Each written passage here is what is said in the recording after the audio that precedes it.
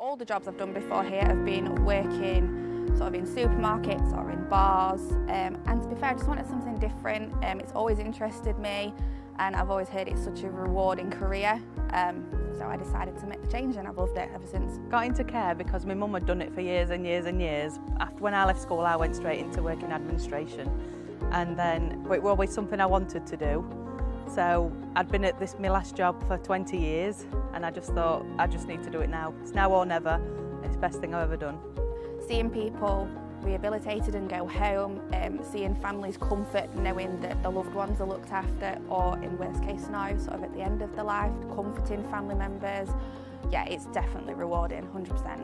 I love to hear the stories. I love to make a difference, know I've made a difference to them. Maybe even if I've just spoke to them for 5 minutes in that day, I hope that I've made a big difference to them for that day. When you see somebody go home, say if someone's coming on a short-term placement, they've maybe had an operation or an injury, and they needed us to help them while they were here, and then they've gone home and they carry on living their life independently at home, that's probably the most rewarding part, yeah. I'd just say it's a very rewarding job. You can progress in the job. You can step up or just stay where you are if you want. It's just an amazing job. The support for if you want to progress in this injury is incredible, and I mean obviously senior care you can still go further, which I'd love to do. It can be sort of a stepping stone for people who are then wanting to go and do the nursing degree and stuff like that. It's all about the experience and just seeing if it's for you before you carry on progressing further. The residents, I love the job, I love being in the home. It's like going from home to home. My home to this is a lovely home, and just giving care and support, and just love it. If you can do it and you've got the heart to do it, then it's definitely worth doing, because even like on a bad day, all the good outweighs the bad, 100%. It's a different kind of work, like when you get up and you actually enjoy coming to work in the morning because you know you're going to make a difference to somebody. I'd probably, like I say, I'd have just done it sooner.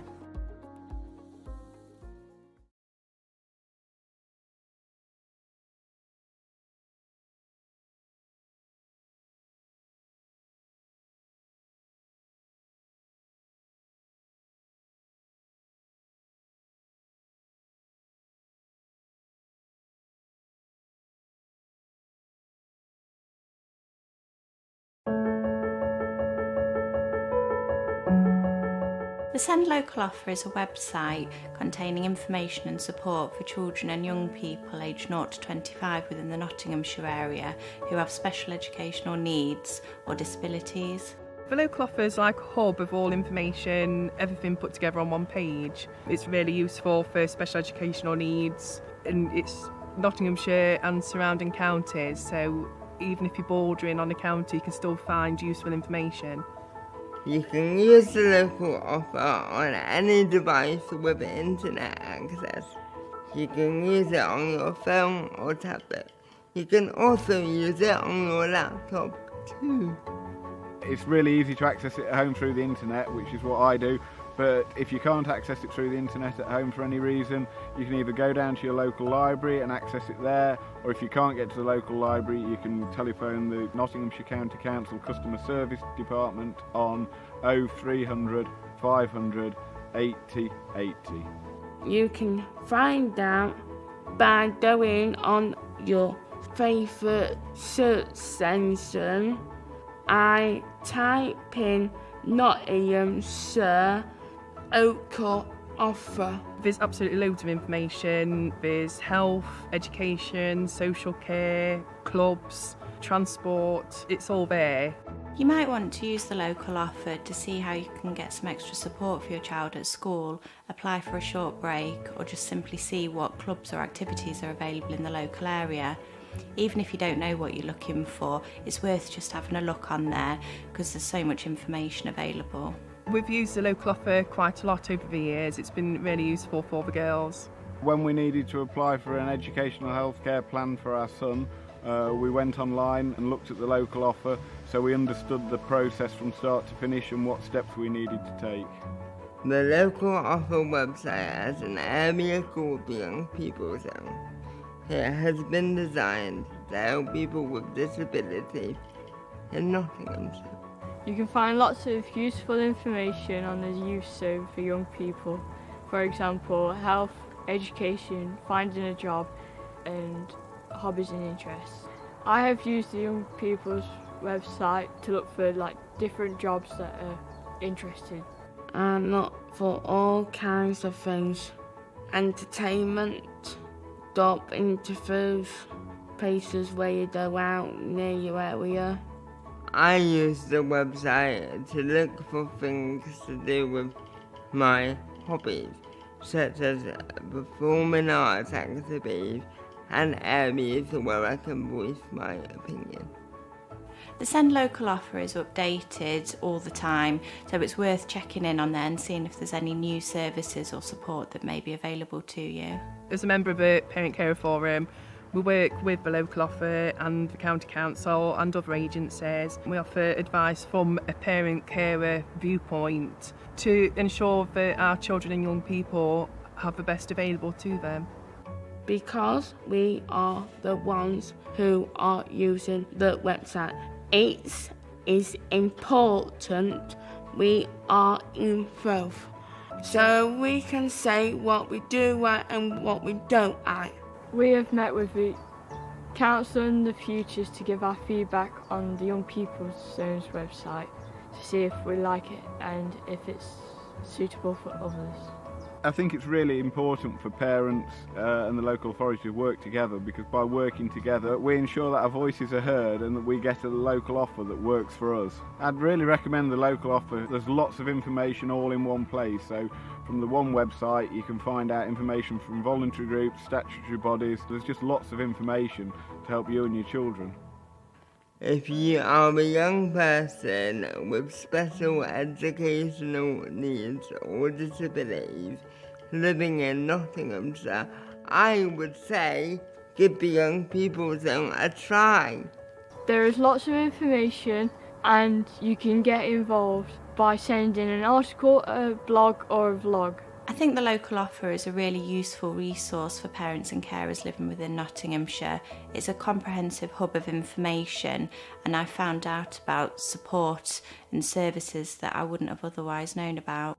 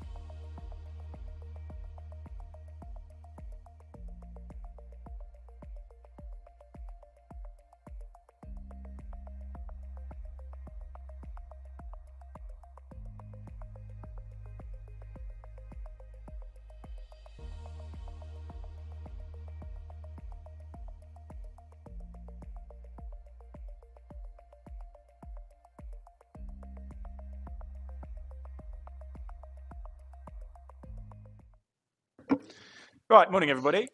Welcome to another exciting instalment of Policy Committee. Start with a couple of administrative things, but wanted to welcome Abby Becoyne, who is one of our graduates from the NCC graduate scheme. I think he's up there. Yeah. Oh, hello. There you go. I should have looked around before I did. Welcome. And we've also got some of our latest Roosevelt scholars in the public gallery this morning, Natalie and Saimal, who are up there. Good morning to you. They're going to meet with Councillor Gurley and Cotty after the meeting about county council. They're off to the States to find some interesting best practice and do some work on community cohesion, see what learning they can bring back to Nottinghamshire, which will be a really interesting project. So look forward to hearing more about that. But welcome everybody. Crack on with the agenda. So minutes of the last policy committee from December. Any issues or comments to raise on those minutes? Fabulous. Are we all happy to approve those minutes? Show of hands would be great. Thank you very much. That looks carried to me. Any apologies for absence? I've got a couple listed here. I'll come to you, John. Yeah. Yes, apologies from Helen and Smith, other reasons. John, and you're substituting for Councillor Zadrozny, is that right? That is correct. Thank you very much. Thank you very much. Any other apologies this morning? Nope. Very good. Any declarations of interest? No. Fabulous. Right, so we'll move on to agenda item 4, which is schools and early years funding. I understand Councillor Taylor is going to propose that one. Thank you, Chairman. This is obviously a decision or a report that's before us today based on a decision which is made elsewhere because the funding is dealt with through the Schools Forum. The recommendation is on page 12 that we approve their recommendation. A few comments, if I may, at this point, Chairman. We're simply being asked to approve what has already been determined in another place. I think it's important to notice this is discrete funding with schools grant for 2023 funding allocation, which is £736.8 million for schools, high needs, early years and central services. It is £24.5 million more than was received the previous year. There have been some changes in the census data, which include a large increase in pupil mobility and EAL. I think really, Chairman, it is just to recommend that the hard work that's been done elsewhere be accepted by us today in this chamber. So I move that recommendation. Thank you. Thank you, Councillor Taylor. I got seconded for that. Yeah, second. Reserve my right to speak. Thank you very much. Are there any thoughts, comments, questions on that one, Kate? Yeah. Thank you, Lydia. Just say thanks, and yes, thanks for officers who clearly worked very hard on this. Just want to make a general point. Anybody who I think is worked or associated with the school will know how tight school budgets are, and I think in particular, I was at a governors meeting earlier this week, where not a terribly large kind of secondary school had its cost in energy increase, and the increase was £54,000. Because by sheer coincidence they kind of bought, the entered into agreement kind of potentially at the wrong time. There is a dire need for better funding for schools, particularly in this county. And I know that this, as you say, this is outside this council, but I think we would probably all appreciate this. There is a real dire need for schools in this county to get fairer funding, and I think it would be really good, Leader, if you could kind of make that point on our behalf for us, because I think we need to continue to lobby and get across what's really happening in schools, because I don't get the impression actually that sometimes people in Westminster do. Thank you. Thanks, Kate. Fair to say, I consistently make that point. In my personal view, if there's anything that government should be spending money on, it would be schools and education, and I would do that to the detriment of all else, if I'm honest, because it's clearly the key building block in all sorts of things. But pleased to welcome in the white paper last week that Nottinghamshire will be one of these education investment zones, which will help us to attract more support and funding across teacher retention, across SEND and other areas too, which will be hopefully a positive step. Anyone else want to speak on that one? Councillor Shaw. Thank you, Chair.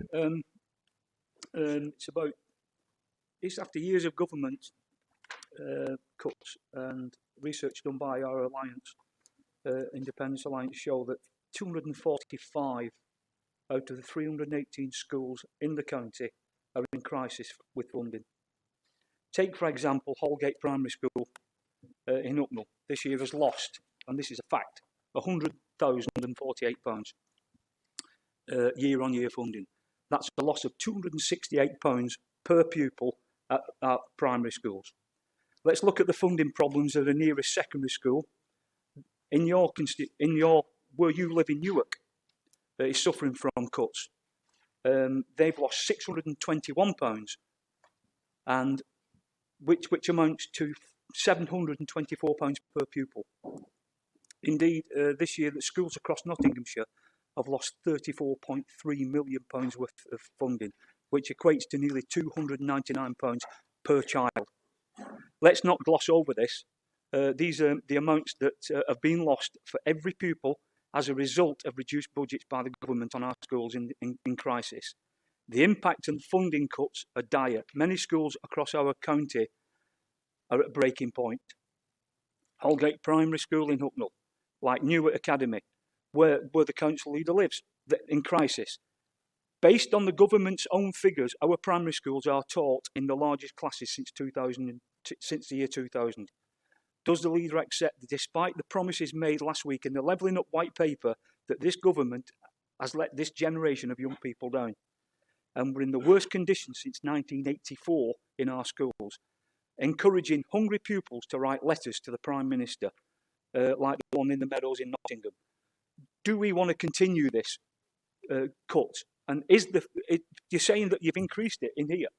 I can't see where you've increased it with these figures. Thank you, Chair. Thanks, Councillor Shaw. You won't be surprised to know that I disagree entirely with that premise. The figures here for our schools funding clearly show that it's increased by £24 million this year. High needs funding has gone up by 13% this year. I was horrified to see the politicisation of primary school classrooms in that school in Nottingham City. If I'm entirely honest, I don't think that is right or helpful. And it's something I've raised directly with the Secretary of State this week.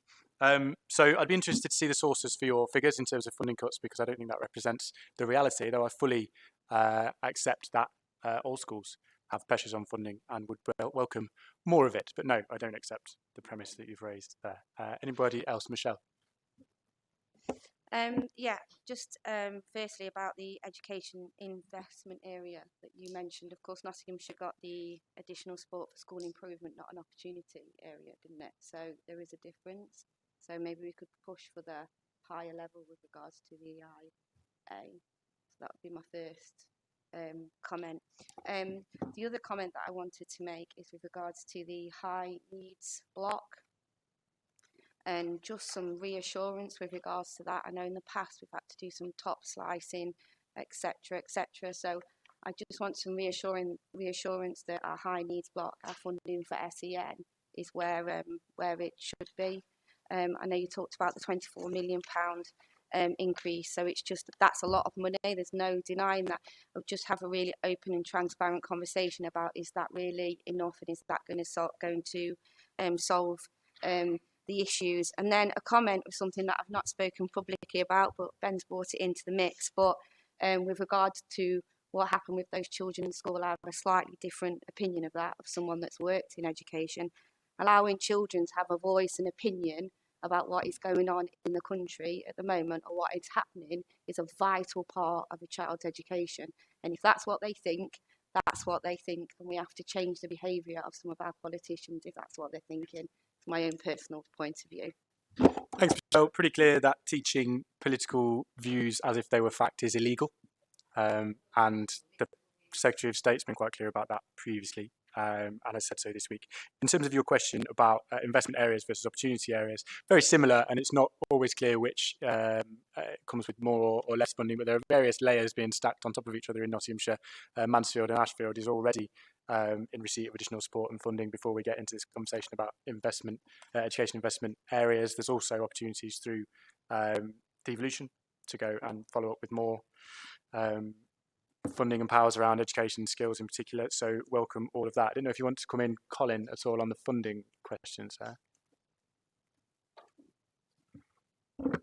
Ashal Leader, thank you, and thank you for raising the question regarding high needs block, Councillor Welsh. Only a few years ago, the high needs block in Nottinghamshire was £65 million.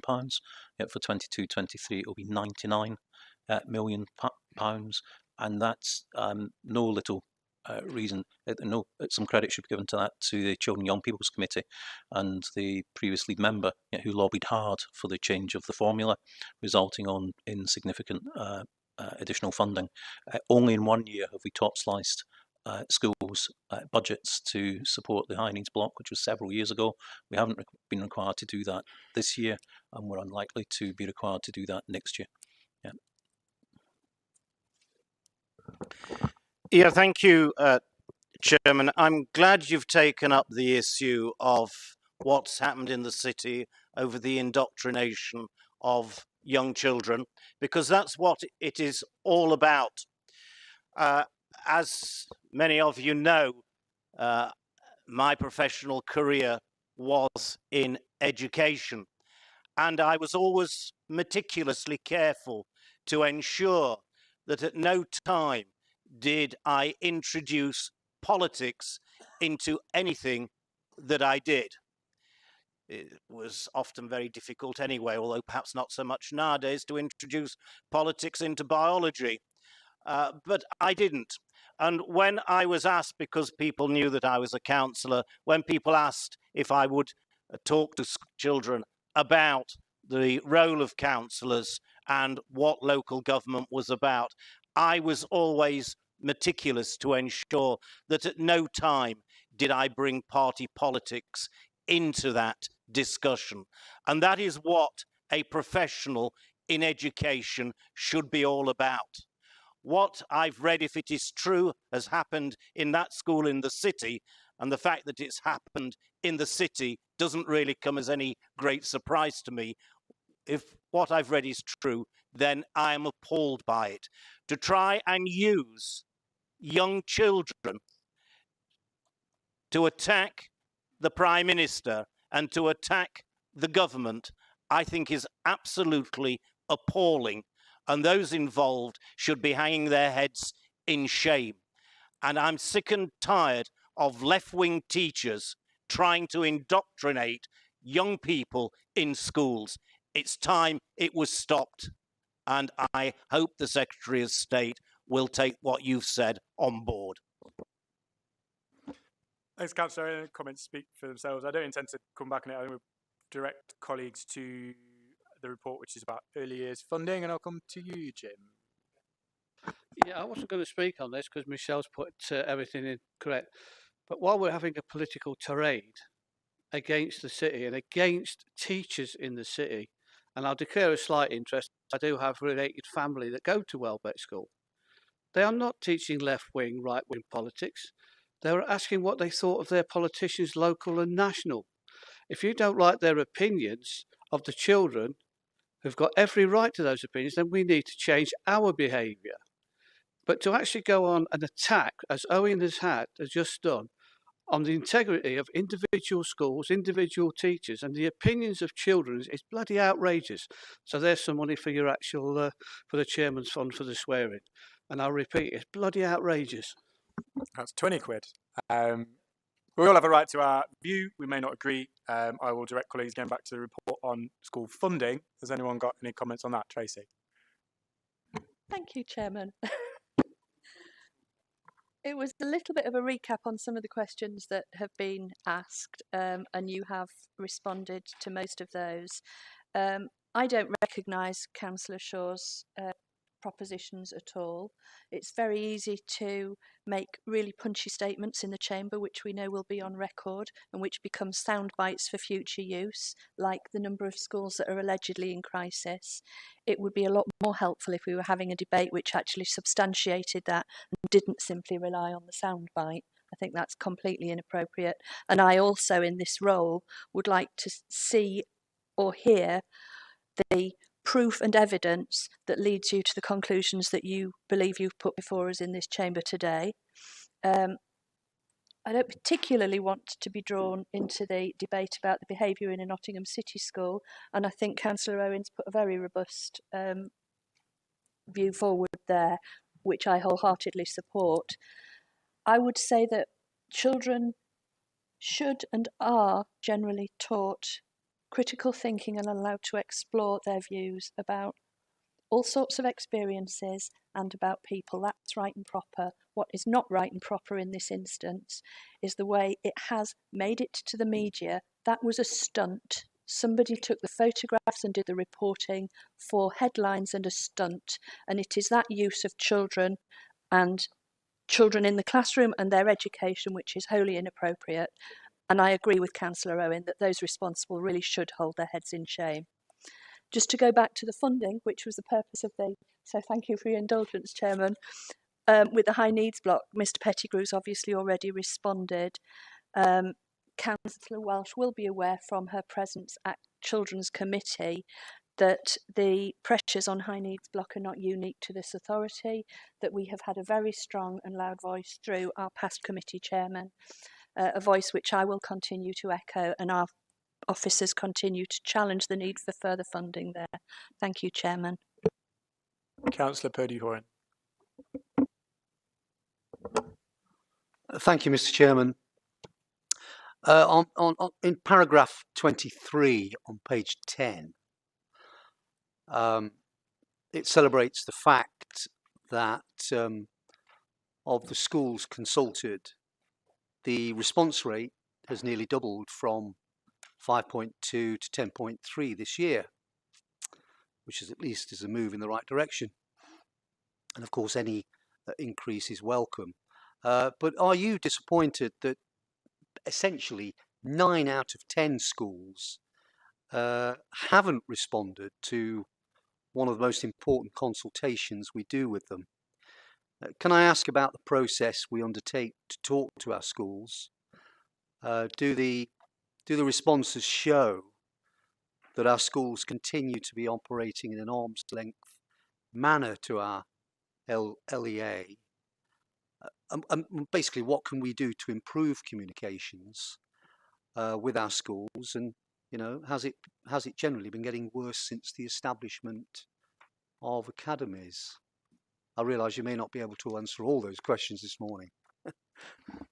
Thank you. I asked Colin to share a view on that. I'd point out also that schools will nominate representatives to a group that meets on a regular basis, the Schools Forum, which engages with this on a more regular basis, not just the consultation that is the only route to communicate with schools, which we do regularly. I don't know if you've got anything to add on the wider detail there, Colin.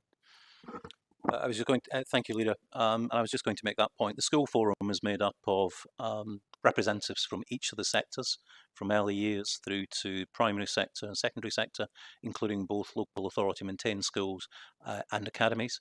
Paragraph 23 actually refers to early years, and the majority of those settings were early year settings in the private, voluntary or independent sector. And it may be that because we use the national funding formula, we've adopted the national funding formula for some years now, to address local fund. It prescribes and describes what will happen, and therefore the consultation, is only part of that. The debate that the School Forum has, chaired by a head teacher, is where the detail is done, and it may be that our schools feel they're well represented there, by the a couple of dozen schools that represent that sector. Great, thank you. I hope so. Chief Executive wanted to comment. Thank you, Councillor Purdy-Horan. Colin is far too modest to say this, so I'll say it on his behalf. Particularly during COVID, the level of communication and engagement with our schools, in my view, has never been better. And I speak as somebody who was the Director of Children's Services when all of our schools were local authority maintained schools. So I would like to thank Colin and Marion Clay. I've had head teachers come to me and say how good the communication and engagement has been with them throughout COVID. I know that's not the point you're making generally, but I would reassure Policy Committee that we do have a very good communication arrangement with our schools, led personally by Colin and Marion, and most, if not all, schools have engaged with that very positively, particularly through the pandemic. Thank you. That is good to hear. I've got Councillor Wilmot, and then I'll draw it to a close if there's no. Thank you, Leader. First of all, may I say how important this schools and early years funding is. We all know that schools and education are on very tight budgets, and as much help as possible is needed. And the provision of free school meals in Nottinghamshire is needed even more badly with the amount of families using food banks. In Ashfield, 31% of young people claim free school meals. In Mansfield, 26.7% do. Can you tell me how much pupil premium money has risen in Nottinghamshire since March 2020, how that money is spent? We all know that hunger and poverty is the biggest obstacle to educational attainment, and that, of course, is getting worse month on month. And the other question is, and I've been asked by a number of schools on this situation, they do have some pupils with very, very serious problems, both mental health, learning difficulties and other problems, and have to bring extra resources into the schools to facilitate, to make sure that that pupil has the opportunity to learn. I just wondered how much extra resources do we feel should be given to schools on this issue, because it is extra resources they require, it is extra money that they're having to fork out, and they do feel at times that that resource is not funded. Thank you, Chairman. Thanks, Councillor Wilmot. It's worth pointing out that on the particular point about free school meals, we have been funded by government and have funded and extended the eligibility for free school meals over the last year or two through the pandemic. We've also extended that coverage over school holidays all the way through till this coming Easter, and that continues to be funded by government. We've introduced school activity clubs as well in the holidays. Pupil premium funding is assigned and chosen. The schools themselves choose how to spend it. But it's worth making a point on the SEND front that, as we've covered in the report, the funding is going up by 13%, and in Mansfield and Ashford in particular, because of one of the opportunity areas, investment areas, whatever you want to call it, in that particular area, those schools are getting additional support on SEND training and resource from the Regional Schools Commissioner as part of a government project that's made Mansfield and Ashfield a particular national priority, one of just 4 places to get that help. So that is all positive. I don't know if Colin or Tracy have anything in particular to add on that. Just to make the point, Leader, next week is half term, and this week the schools will be distributing about 27,000 free school meal vouchers to feed children, which will provide 125,000 meals next week for children. Thank you very much. If that is everyone, Councillor Lawton? No? Okay, so recommendations to approve this report. We've considered this report. All those in favour? Thank you, that's carried. We'll move on to agenda item 5, which is the Queen's Platinum Jubilee and Nottinghamshire Day. It's good stuff. We've got some good things going on in Nottinghamshire this year, not least these two. Tour of Britain, of course, announced this week. We have every reason to be optimistic and to celebrate all the good things about the UK and Nottinghamshire. 25th of August will mark Nottinghamshire Day, the Jubilee kind of weekend, obviously in June, but that kicked off last week with the actual date when the Queen ascended to the throne 70 years ago. This report updates on plans for celebrating the Jubilee and Nottinghamshire Day, including asking for contribution to fund some of that. Worth saying in advance that I've asked officers to add to the report a commitment to seek to recover that funding wherever possible through sponsorship or other support from elsewhere in the county. And I know the Lord Lieutenancy is out and about trying to fundraise for that as well. So we hope to recover some of that funding in due course.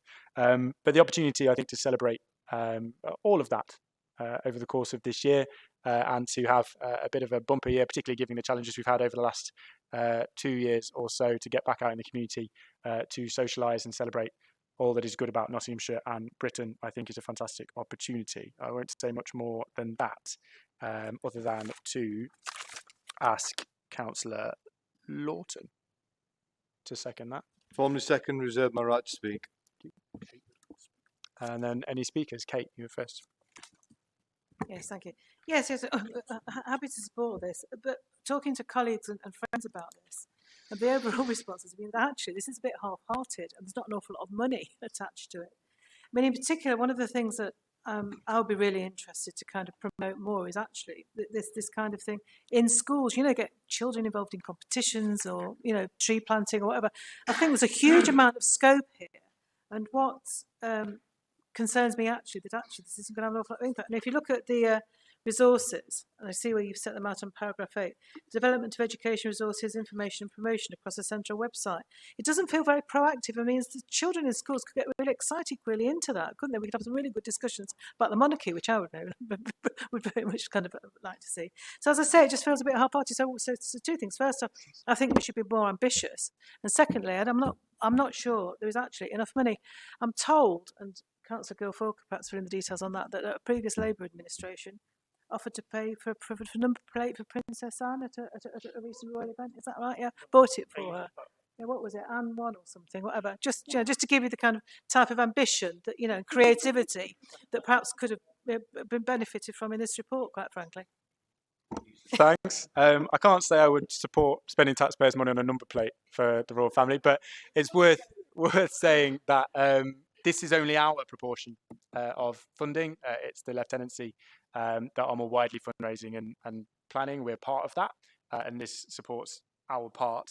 And as I say, we're talking to other partners about sponsorship and other opportunities. There will be resources that will go out to schools, and that's something I think is coming to Councillor Cotty's committee. He might talk more about that. Anthony, you wanted to comment? I think you probably covered it, Leader, but the point I was going to make was very similar, Kate, that as well as this, the lieutenancy is driving a programme of activity, I think including engagement with schools, but I will check that for you. It does seem to me, though, that perhaps we should be bringing it all together in one place so that particularly the public can see what's happening. I'm working with the Vice Lord Lieutenant Tim Richmond, who you know, on this, because Tim is leading on behalf of Sir John Peace. I'll give Tim a call to make sure that we've got the comms lined up so that people do know what we're doing and they can go to one place to find it. I would say, though, it's worth thanking Jen and colleagues, because our communications team, as well as the resource in here, have been put at Sir John's disposal so that we'll be leading the communications efforts on this. So no doubt Jen will clock the need to get everything in one place so the public can see in total what we're doing between this and also the other things that the lieutenancy are leading on, and indeed in the city. The city are planning at least one event in Woolerton Park as well, Kate. So we'll bring it all together so people can see it at a glance. Thank you. John. Well, again, I don't have much to add, Leader, because it's a lot of it's been covered, but I've already been contacted by various parish councils as well, and they will put some of their funding into it, but they need a bit of feed from the funding to be able to do that. And I also know from my wife, who is a teacher, that they're already on the case thinking about what they can do for their schools. I'm not saying that's happening in every school, but by the sounds of what's said by the chief exec and others, that it should be a good event, or events, should I say. And then we have our normal summer events happening around similar times as well. So Sherwood Forest Visitor Centre, for example, and other events. So I think when it all comes out into the public's knowledge of what's happening, I think we're looking at a good summer. Thank you. Thanks, Councillor Cotty. We're more than willing and happy to invest in the tourism and economic potential of all of this, which is fantastic. And as I understand, there will be fairly significant resource that will go out to schools and other organisations once it's all finally confirmed, which I think is your committee, John, isn't it, in a few weeks. I've had schools contact me already asking what they can do, so we will share that information. And I think parishes are all meeting along with us at the request of Robert Jenrick MP in a few weeks' time to share all of that information with all of them as well. So we'll seek to get that out. I had Neil next, Councillor Clark. Thank you very much, Chairman. I'll have to check to see if the registration number Liz 1 is available. I'm not quite sure whether it is or not.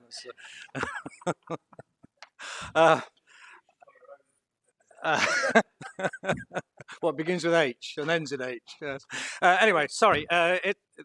This is very welcome indeed, Chairman. I mean, to be able to celebrate such a record-breaking achievement as Her Majesty's celebrating 70 years as Queen, absolutely brilliant. And why shouldn't the whole of the nation be part of it. And we are here as an enabler, a supporter, a facilitator to actually kickstart and to help all our communities to celebrate and to organise these events in one shape or another. The Secretary of State's letter says that the lunch, for instance, is to encourage communities to come together and to get to know each other a little better. And let's hope they can enjoy all these events together. And in being able to do that, street parties will form, I'm sure, quite a lot of these events.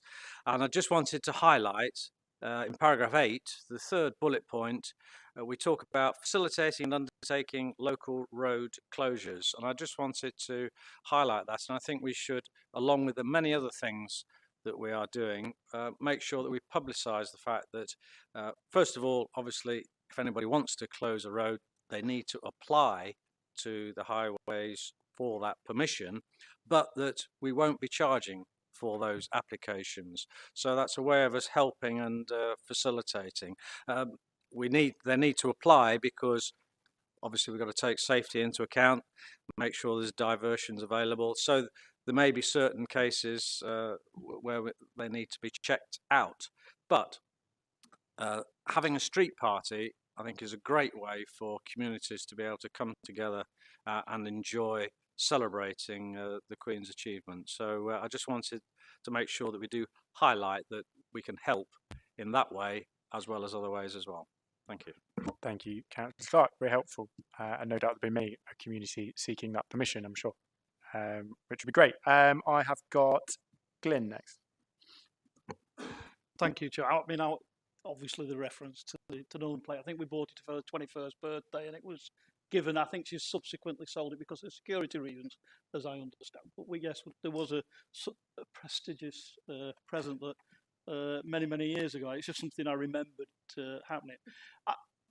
This is an historical event which not only we will not see again in our lifetime, but nobody, I don't think, if you look at the future monarchs that we've got coming, we won't actually see it in their generation either, because of the ages that they are and the times it will take. So that is, this is such a significant event that I would want to try to see. So whether there's something what we can do as something of a keepsake for whether it be children who are in school currently or whatever, that they've got as a memento. Because as I say, this is something that we will never see the likes of again. And I think that, I know in the past there is things being done. I mean, clearly there is the medals that the office are doing and things like that. But I think if there's something that we could do from the county council in the vein of the provision of something like that is commemorating it, that they can keep as a keepsake. So in 70 years, when they're looking back on their past, they can come back and say, look, this was when the Queen's Jubilee happened, look what I've got, I've saved that. Other things, and I don't know what we're doing with the Greenwood, and I don't know whether I thought whether we were doing something around the Queen's celebration, whether we could plant a load of trees with 70, as a unique thing in a particular park. And I can't remember whether I've heard that that's being done or what, because you sit on that many things, or whether that's a potential for us to look at that. Because I know that the Queen is encouraging people to plant trees during this particular year, but perhaps in Nottinghamshire, what we could do is find an area where we can plant in the shape of a 70 and then make that a public park for visitors to go to, etc., etc. So I think we need to, in one sense, I'm sort of looking at things that we can do that will be long and lasting and that people can go to look at. So that, that also is added to what you're saying, the tourism, not just for now, but the tourism for the future. So if there's anything around that, keepsake and looking at different things that we can do. I'm bearing in mind that we are also coming up again when we're looking at finances. Some businesses, and I know the Lord Lieutenant will be, probably tackling the business community. Some businesses have had hard times in the last couple of years, and if we're looking at what's going off currently, and I think the announcement today about food prices, etc., etc. That will make it more difficult, I think, for people to come forward with money, even though they may want to. And I'm not saying in one sense we should go crazy on it, but I think, you know, we should look at that and perhaps come back later on with perhaps if there are any ideas or things with looking for something to take out of the reserves additional to do with this, you know, as opposed to just having well, that's a closed shop. I think there's a lot, as I say, it's never going to happen again, not in our future and not in a number of the children who probably have been born today. It'll probably never happen for them again. So this is so unique in its what's happening that I think we should make sure we've got something there. Thanks, Glyn. Can't comment specifically on individual items there, although interesting ideas. We're always happy to hear and discuss. Derek might have something to say about trees, I think, in particular. But clearly, we want it to be, you know, the biggest and best possible celebration that we can. I repeat that this bit of funding is just our bit, and there are other bits and other authorities involved in that. I'm conscious also of best use of taxpayers' money too, clearly. But always interested to talk about ideas. Did you want to come in on it, Eric? Thanks, Leader, and thanks for the question. Councillor Guildford, just to reassure you that one of the initiatives mentioned in the letter in the appendix to the report is the Queen's Green Canopy initiative. And we're, through our conservation team, we're working with colleagues in Nottinghamshire's conservation charities to identify some sites for a potential green canopy project in Nottinghamshire, which we can hopefully bring to fruition this year.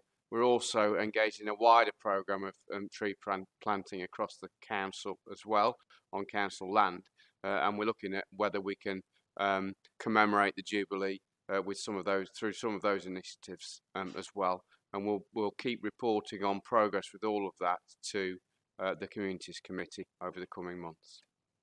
Thank you, Derek. It's helpful. Keith. Yeah, thank you, Chairman. As a self-confessed royalist, I'm really pleased by some of the things that's going on this. For example, the Trooping of the Colour this year will be on a Thursday, not a Saturday as is traditional. It's on the 2nd of June, and it's actually been held on every single day of the week except a Sunday since it started happening. So it's going to be quite an amazing thing. And I just want to take this opportunity really to say what we're doing as a council for the veterans of Nottinghamshire.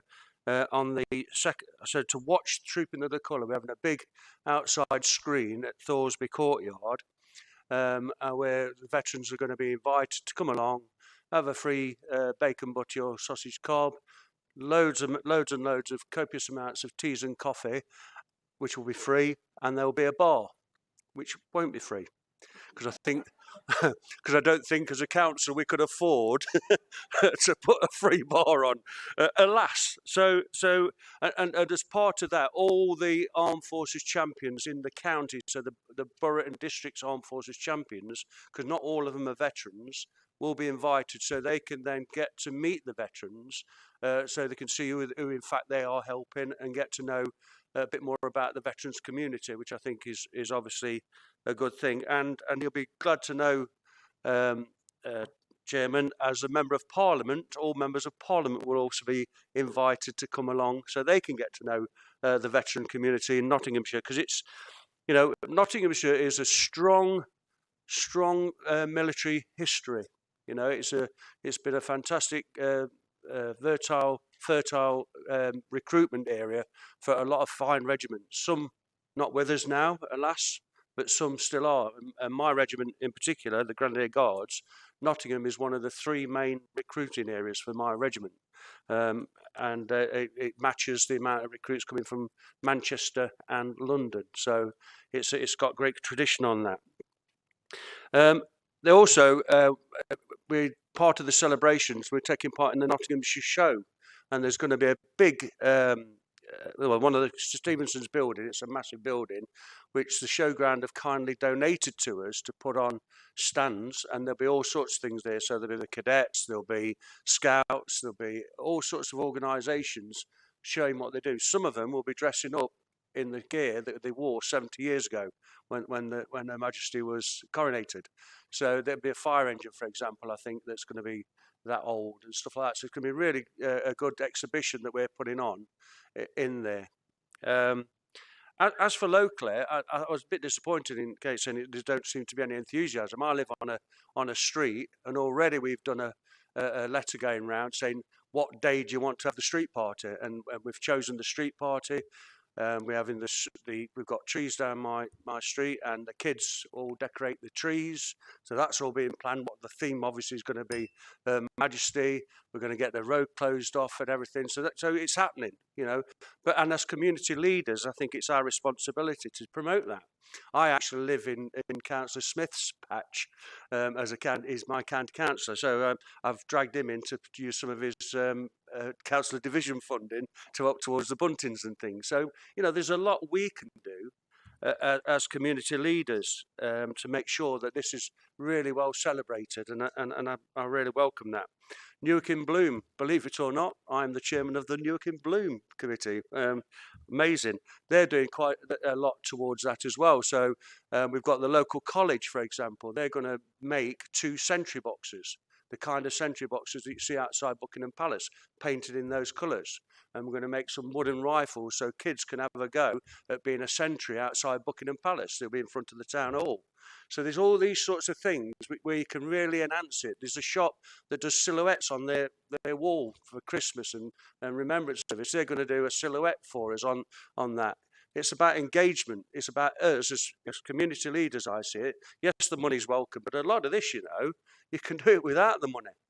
You know, you don't need big swathes of money to get a lot of this done. Just get involved and make things happen. You know, the bandstand in the castle grounds, the college are working on a crown where the flowers will go in it. So, you know, so they've got to do engineering, they've got to do weight and stresses and things like that. So, you know, get involved with them, and they're happy to engage because it's learning for them. And I'm really pleased to see that, you know, other people who may not actually like the monarchy, might see people as being elite, are actually looking forward to celebrating. She's been an incredible servant to this country over 70 years. If you look at those 70 years and the things she's been through, all the dramas that she's had to get through, and the dignity in which she's conducted herself, all the money that she's brought into this country, you only have to go and stand outside Buckingham Palace day in, day out to see the amount of tourists that come along to see handsome chaps like me in a red coat and a furry hat. You know, it's all part of the tourist attraction as well. And they're fighting soldiers as well. That's not just what they do the other things as well. And that's why it's a great regiment, of which I will always say the best regiment, because we're the senior one. Thank you, Chairman. Thanks, Keith. That is probably the most engaging and interesting thing you've ever said. So I appreciate that.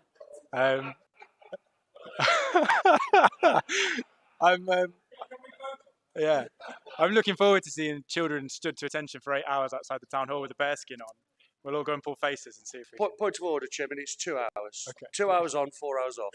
Noted, thank you. And also looking forward to seeing your costume that you wore for the coronation, which will be... If I could get in my uniform, I'd be really, really happy. It would be good. But thank you for highlighting all the community interest and engagement there is in this already. That all sounds fantastic. And I know that all of our schools, community groups, as you describe, are all really keen to engage and have already been contacting us to say, how do we get involved? So we'll help with as much resource and support to do that as we can, but encourage councillors to take a lead on that as well. Absolutely. Thank you very much. I had a list, which is still here. Dave. Yeah, thank you, Chair. I'm very, very happy to actually support this. And picking up on what Councillor Guilfoyle said earlier on, we feel that in Ashfield that it's something that we should be very proud of and actually promoting to the hilt. We felt sometime the last year's Nottinghamshire Day was a little bit rushed, but this year we're going to do it properly with the sounds of it in here. There's funding being allocated towards it, which is great news. We'll be flying the flag in Hucknall, Kirkby, Sutton, and so on and so forth. I'm very, very proud to actually support this. People are going through a lot of hardship, and this will be a distraction. We don't want it to be a cynical distraction away from the hardships that people are facing, but something that they can actually attach to, celebrate, and actually say, yes, we were there, we did this, we did that. It's not also the Queen's Platinum Jubilee. It's the 100th anniversary of Hucknall Titchfield Park as well this year, and recently we've just had some flood alleviation going through that particular part of the park, and I was approached last year by a detectorist, a metal detectorist, to say, could they possibly have a look at doing the ground before the actual works went ahead. And as part of that, the exhibition he will be putting on of the coinage, the badges, the bottles, and the things that were found in there will be also celebrated at that particular park's opening day, which is going to be a wonderful event and absolutely, hopefully, be very well attended. It was the Marquess of Titchfield dedicated that to the miners of Hucknall. They're planning a special memorial event at the park, so the chairman is more than welcome and cordially invited, along with the councillors in this room and all others. £5, John, thank you, and I'll have £5 for Ashfield as well, thank you. Of course, everyone's invited, so we look forward to the Queen's Platinum Jubilee and Nottinghamshire Day and the Hucknall Titchfield Park. But also, I want to expand that. Would it be possible for the council to actually drive this event through the week and look at the town centres, see if we can regenerate the town centres during that celebration? Can we fund anything towards regenerating our shops? Because 38% of all sales in this country are online. Thank you, Chair. Thanks, Dave. Look forward to Titchfield Park's events. Worth saying on the first point you made about Not Stay being rushed last year, it was, and that was because it didn't exist until July. And then we had it in August, plus COVID restrictions. So it was very much digitally led last year, but the intention is to go much bigger and better. And I should thank Abby, actually, our new graduate, for having put a lot of these plans together and been working on that for several months already. So we're way ahead of the game from that point of view.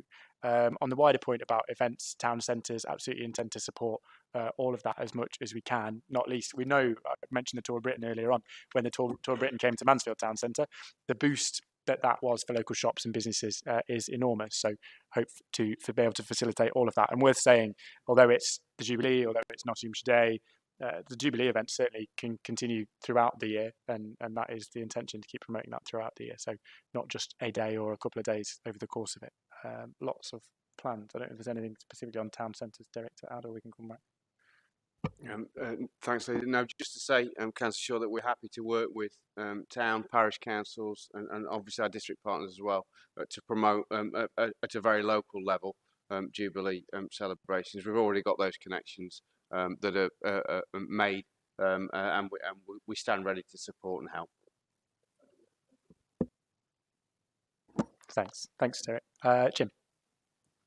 Yeah, thank you. Just a couple of things, short things, and just a suggestion. I don't know, of having an actual legacy event of some sort in honour of the Queen, and it could be something as simple as long service in sport. So people have done extremely long, not necessarily 7 years, but extremely long service in sport or something, a county medal, something in that order. It's just something to think about as a legacy event that would be going on from now on.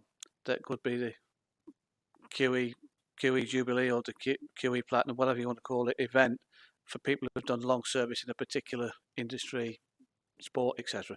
And just to mention it, just to ask the question that in non-parished areas, if extra help is required, will it be available? Because because my area, Carlton West, there is no parishes whatsoever. So it's nice to see that extra money will come from the parishes, etc., and people working together. But will there be any extra assistance, at least, if not actual money, available if community groups, etc., come forward just to do them? They haven't got the backing of the parish, they've literally only got the councillor, etc.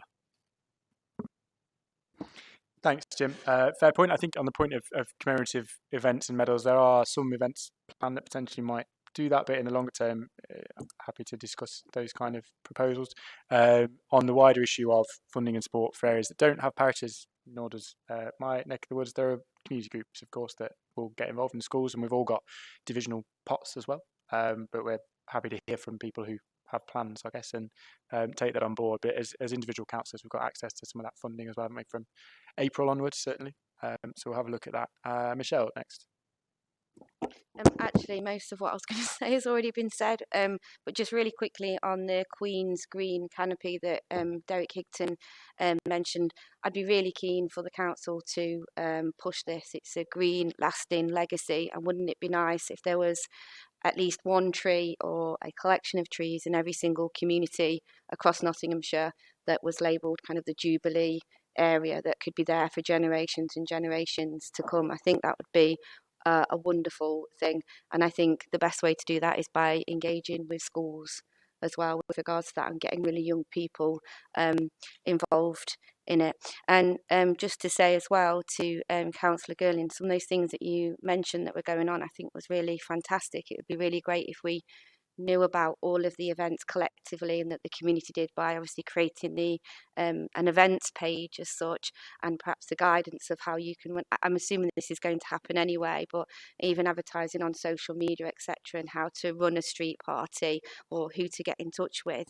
And last but not least, Councillor Gonan, I've had the honour of actually going to the trooping of the colour, and I have to say it's absolutely phenomenal, and it blew me away. And actually I took my mother along with me, and she still talks about it now. So you were a part of a very extraordinary and excellent regiment. It was, yeah, it's phenomenal. So. Thanks, Michelle. Welcome that. Derek, I'm sure we'll take on board the points about the green canopy there. Keith was waving at me. Did you want to come back on that specific point? Yeah, Chairman, if I may. In terms of the things I mentioned, it's coming through the Armed Forces champion role, which will be going through Council Cottage Committee anyway. To get it out there, and then so we had a meeting yesterday to talk about all the things that's coming up. So there will be and I do believe like the Lord Lieutenant's office is putting a briefing pack out to all members of Parliament, so they know exactly what's going on throughout the county as well. And yes, I mean I'd been in my regiment a few weeks, and I was actually doing my first troop into the colour as an 18-year-old boy. Proudest day of my life, and we were escort to the colour as well, which is the main one. So that is, the starting off at the top really, and then working down. Because when you do street lining, it's not quite as much fun. Thank you, Keith. Worth just reiterating that all of it will be collated and shared as soon as plans are confirmed. We'll make sure we get all of that out to everybody. Conscious of time, I've got 3 speakers left, so if we could keep it succinct. I got Gordon next. Where is it? Thank you, Ben. It will be very brief. Picking up on what Councillor Clark said earlier on about the closure of streets, etc., for parties, I think councillors have a very important part to play in this, because some communities will struggle with the application process, so we can give some guidance as councillors to the process, bit of hand holding along the way that will help enormously. So if we can take that on board, and the comms team are up there listening, so I will speak to them afterwards about that.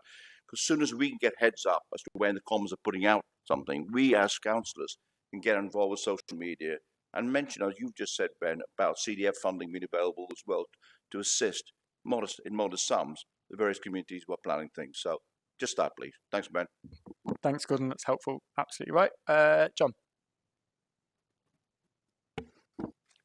Oh, thank you, Leader.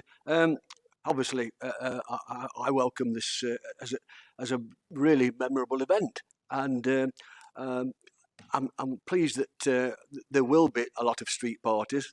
Believe you me, and the celebrations will be tremendous, and they'll be very happy that they're not being charged for facilitating and undertaking the local road closures, and it'll enable them to take part in the big lunch, of course. I know many residents in Uxmal are already planning big events to make this a momentous occasion for us all. I'm glad you're working with the district councils, very, very pleased about that, who will have much to offer on this day.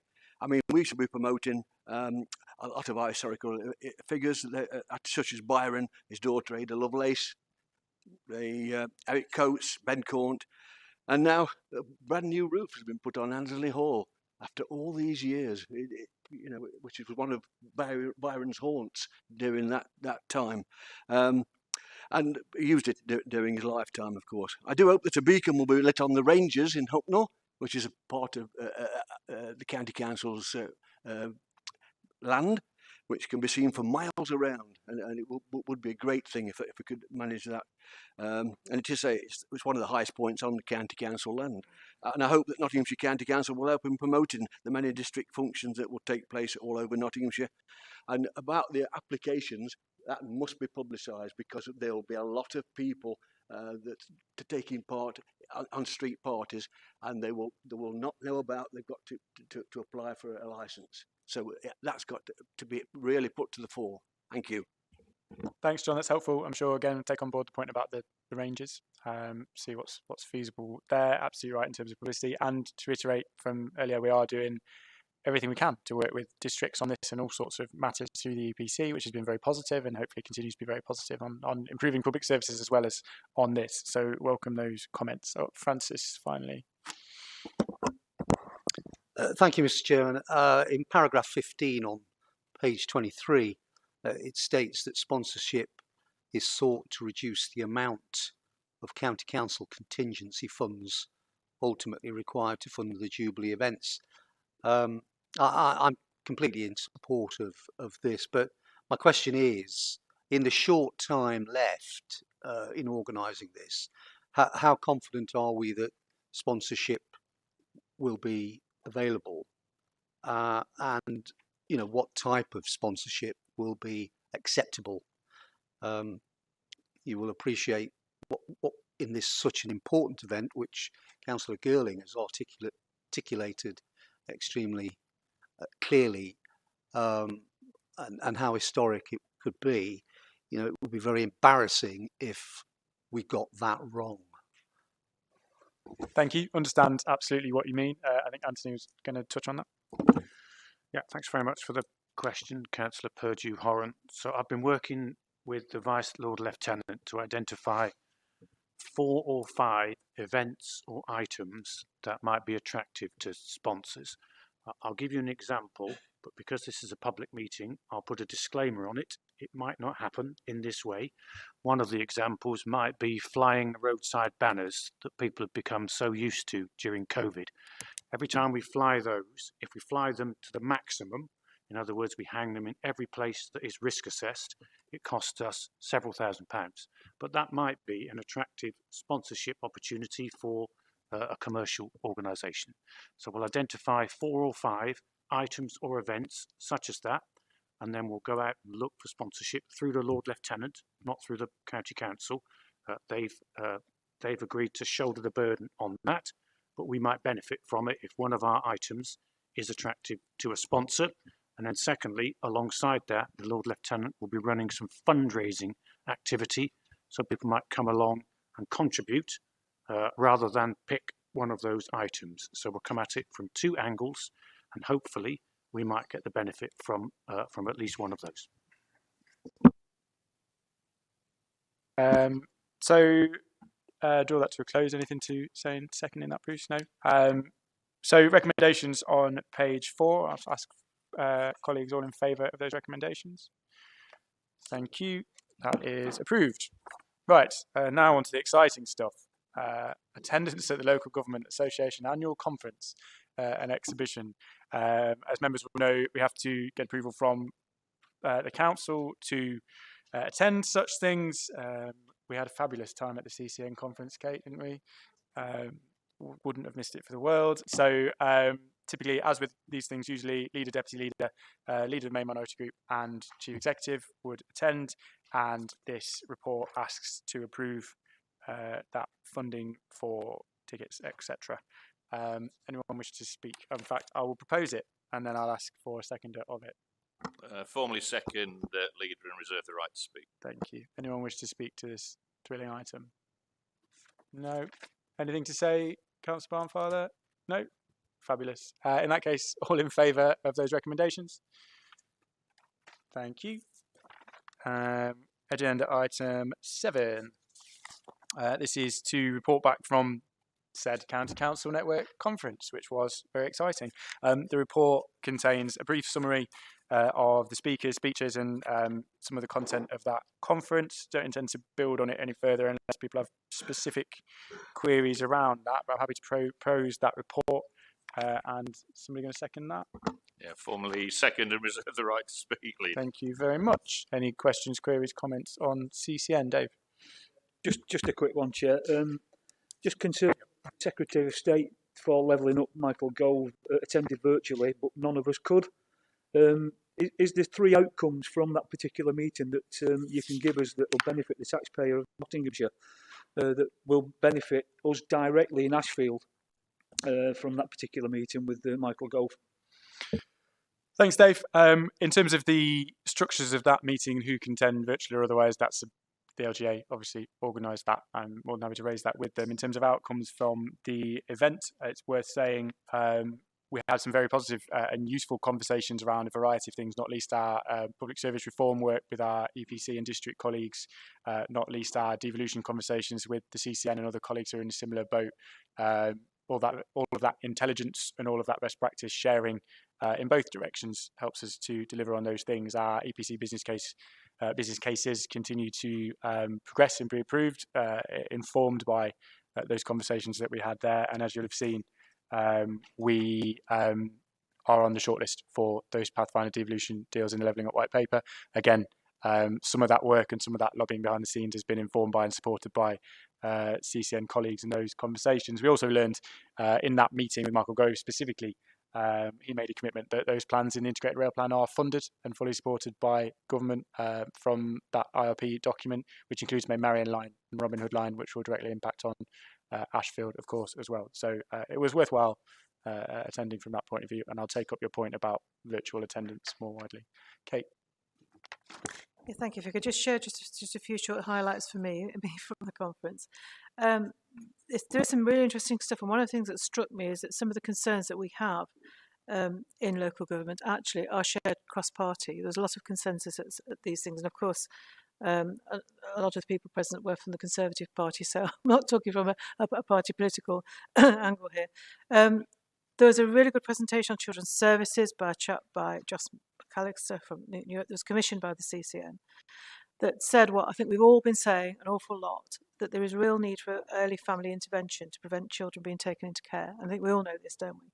And they had a really interesting and rather innovative approach. And the key message was there should not be a single gateway. There should be a more flexible, more fluid approach with the children kind of at the centre of some of the decision making. So I thought it was quite interesting. So I'm sure you've looked at it. I'm sure Colin's aware of this, but I thought it was a really interesting presentation. Massive amount of concern about adult social care. The words "a poor relation of the NHS" was used by Conservatives present. And a lot of cynicism as to whether the proposed hike in national insurance will ever get spent on social care, at least not in the short term. And Jeremy Hunt, who I thought spoke very fluently and very passionately, he knows his stuff, doesn't he, when it comes to this kind of thing, argued for the need for long-term financial stability and proper workforce strategy, and said about the dire shortage of staff, which actually is something that Alan Milburn picked up later on. He now works at PwC, and I thought he gave a great, I think he was the star of the show for me, and I think a lot of people said how strong an advocate he was for proper funding for social care. I think in terms of devolution, one of the interesting things was the President of County Treasurers spoke. I thought it was very interesting. And was using words like the government needs to lose its grip on power if devolution is going to work properly. I think that's really an interesting discussion to be had, because I'm not sure some of the stuff that's actually in the Levelling Up White Paper now actually represents real devolution in terms of power sharing. But that's for another time. Climate change, Polly Billington gave another good presentation. I've heard her speak before. She's very good on climate change, obviously. 82% of climate change can be influenced by local authorities. That was quite an interesting statement to make. And Steve Reid, again, he was there when he was our shadow minister, that talked about fair funding and the real need for 3-year settlements. So, as I said, none of it I think is particularly contentious. It was pretty much, cross-party many of these things. But I think we are still, to some extent, failing to get our message across to government that local authority knows what it's doing. It needs the money and it needs to make its own decisions and get funded properly. And that really isn't happening at the moment. Thank you. Thanks, Kate. Fair summary. I think widely shared concerns on a variety of those issues. Worth saying, without going into great detail here, county councils directly engaged with and both reported into and learned from Josh McAllister in the review, and we've had those direct conversations which will influence government policy in a variety of areas through social care market kind of review that's going on nationally at the minute.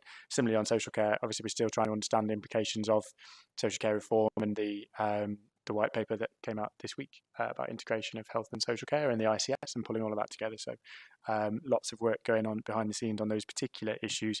On devolution, obviously progressing quickly, and the white paper is an interesting one. I hope the fact that we're on that Pathfinder list and the fact that we've been trusted to take those powers forward, all the same powers potentially as Greater Manchester or the West Midlands have, that shows that we certainly in Nottinghamshire are a trusted partner from that perspective in terms of being able to take on some of those powers and responsibilities. But we'll get into the details of that negotiation over the next 2 months. I look forward to talking to you about it. Any further questions on this? No? Fabulous. Anything to add, Councillor Barnfather? Always very difficult to follow you, Leader, and the comments obviously from Councillor Fole. It's important that local authorities don't operate in a silo where they think that they know best. The whole purpose of this type of conference is actually to share best practice. It's important that we're part of that. And I'm sure when Ashfield District Council leadership attend the local government conference, which of course is the equivalent conference for district councils, I'm sure they report back in exactly the same way as we do with the benefit to their local community. Sure they do. Thank you very much. All those in favour of, I think, just noting that report in the recommendations. Thank you very much. That is passed. So we move on to agenda item 9, Broxtowe Community Governance Review, stage 2. Oh, I've missed one. Tell a lie, I've missed one. Use of urgency procedures, which I'm going to ask Councillor Cotty to propose. Thank you, Leader. It's self-explanatory on page 2 of the report, page 48 of the pack. At the top of the page, it is with regards to the Communities Committee last meeting, that Nottinghamshire Household Support Fund, which has been supporting our communities and those in need throughout the last 12 months or more in the different guises, had to make sure that by the end of March that our funding, if there was any reserves from that funding left over, we would have to return to government. So a paper went to committee to ensure that those in need for the forthcoming half term, which is next week, and also beyond into March, receive some extra vouchers, which allows them to support them as far as they can go. And it would mean that we are not returning any funding to government over the 5.6 million that we were given for the school meals, etc. So that's really where it is, and the recommendations at the bottom of the page for those who wish to see it. My committee papers do have the detailed information if people wish to find out any more about it. Thank you, Councillor Cotty. It's very helpful. I've got a seconder for that. Yeah, formally second, Leader, and reserve the right to speak. Thank you. I should make a point, just welcoming Peter Ware from Brown Jacobson, who's joined us, in case anyone wondered who that man was wandering into the room, is a legal advisor from Brown Jacobson, who's joined us for the Freeport item later on. Are there any thoughts and comments around urgency procedure, John? Thank you, Leader. Can I welcome the use of the emergency procedures to make sure that our most vulnerable receive urgent funding as soon as possible. But I must point out, did this council use the delays caused by the committee system to justify moving to a cabinet system and centralising power within this council? And does the Leader agree that... Pardon?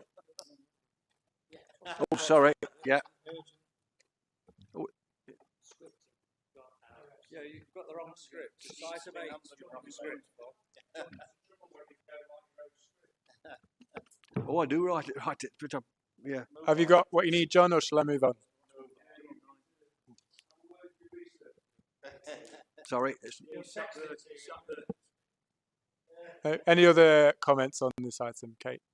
Just a quick one, just to welcome this. I'm glad you've taken this action. Clearly, it was very much needed. But I suppose the big concern is how much it is needed and how many people are out there that are really struggling. And I think it's something that we're going to have to address again and again over the next few years, because people really are struggling because of the rising cost of living. Thank you. Thanks, Kate. I accept that entirely. Any further comment on this? No. Anything to say, Councillor Barnfather? No. In that case, we note those recommendations. Can I put those to a vote? Thank you very much. And now I will move on to the Broxtowe Community Governance Review. Councillor Owen, are you proposing this one?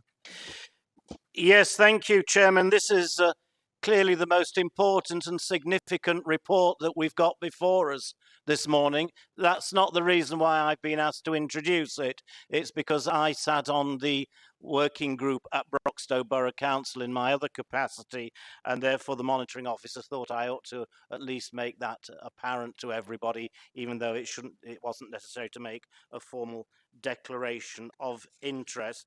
You can see from the report that minor changes to the county council divisional boundaries are proposed as a result of Broxtowe Borough Council looking to realign and reorganise parish council boundaries within the borough of Broxtowe.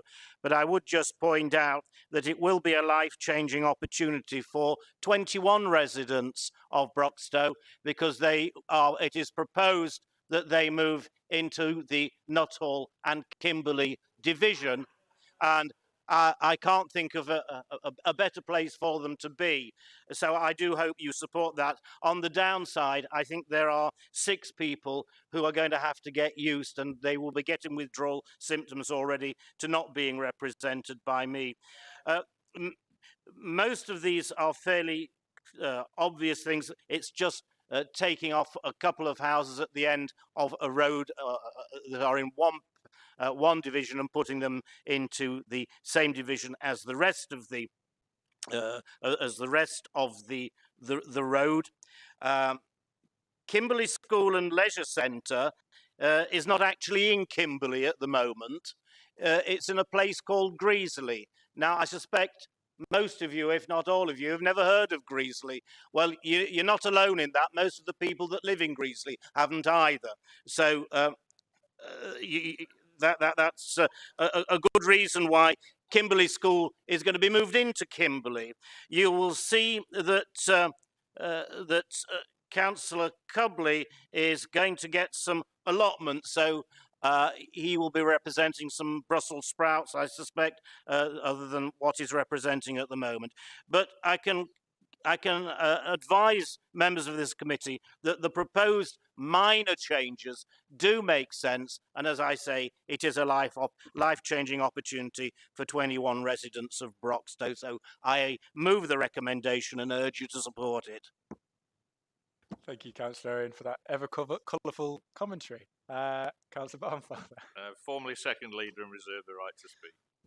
Would anyone like to comment on the Broxtowe proposals? Councillor Fowle. Just my sympathies to those 24 voters that are now represented to be represented by Philip Owen.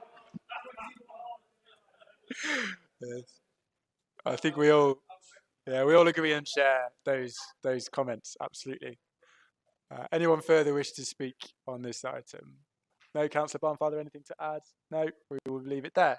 So the report asks committees consider these draft recommendations and agree the response to consultation. All those in favour of that? Thank you very much. On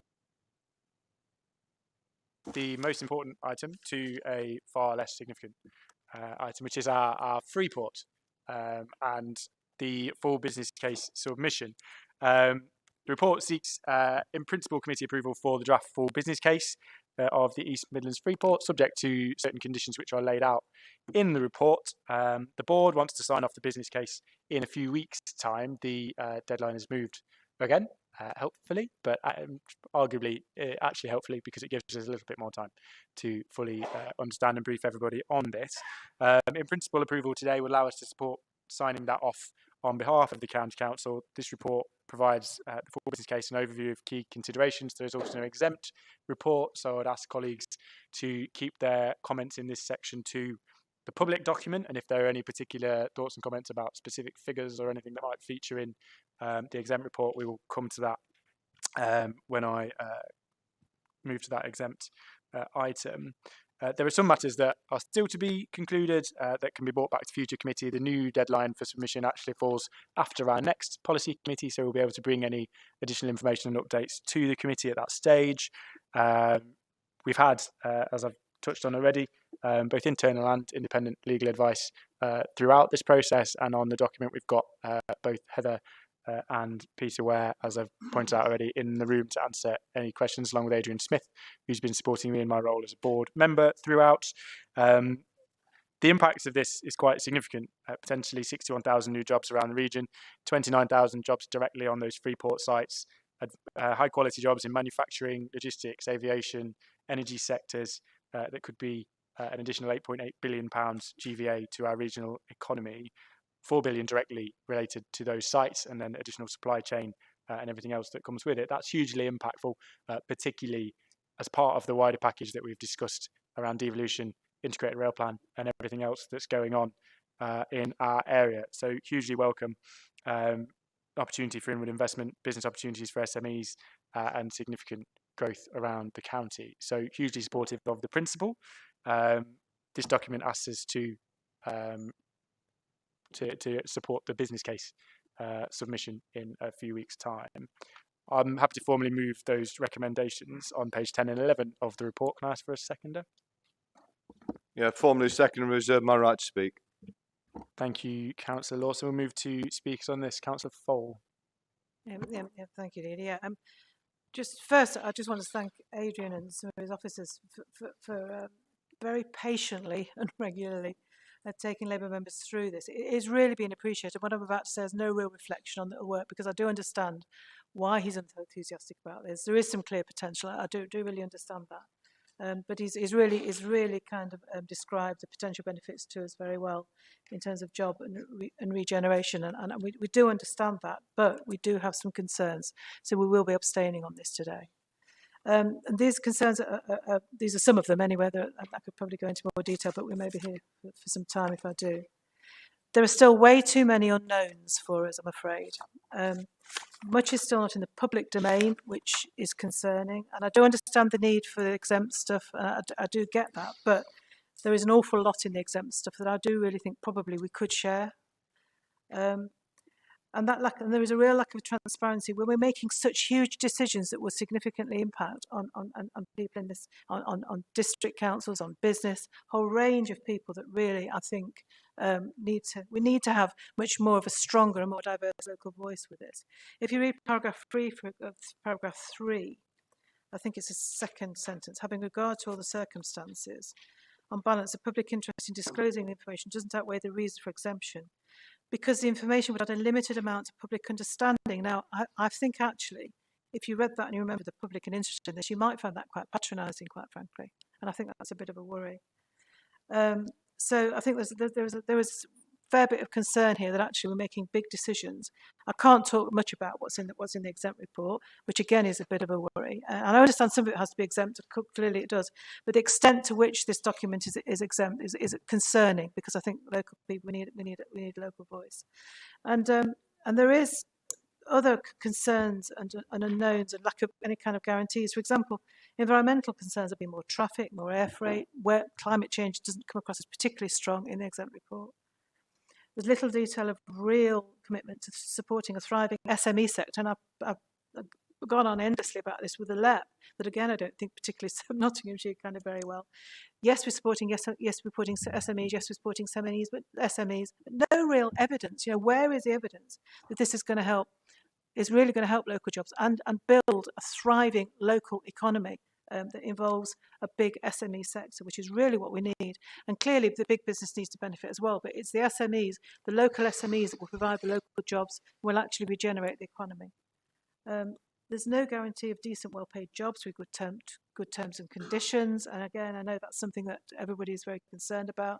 There's talk of a high-skilled economy and academies and all the rest of it, but there's no real guarantees in there for that. And actually, probably one of the biggest things here is the governance that concerns me as much as anything else. If you look at paragraph 17, this is on page 6.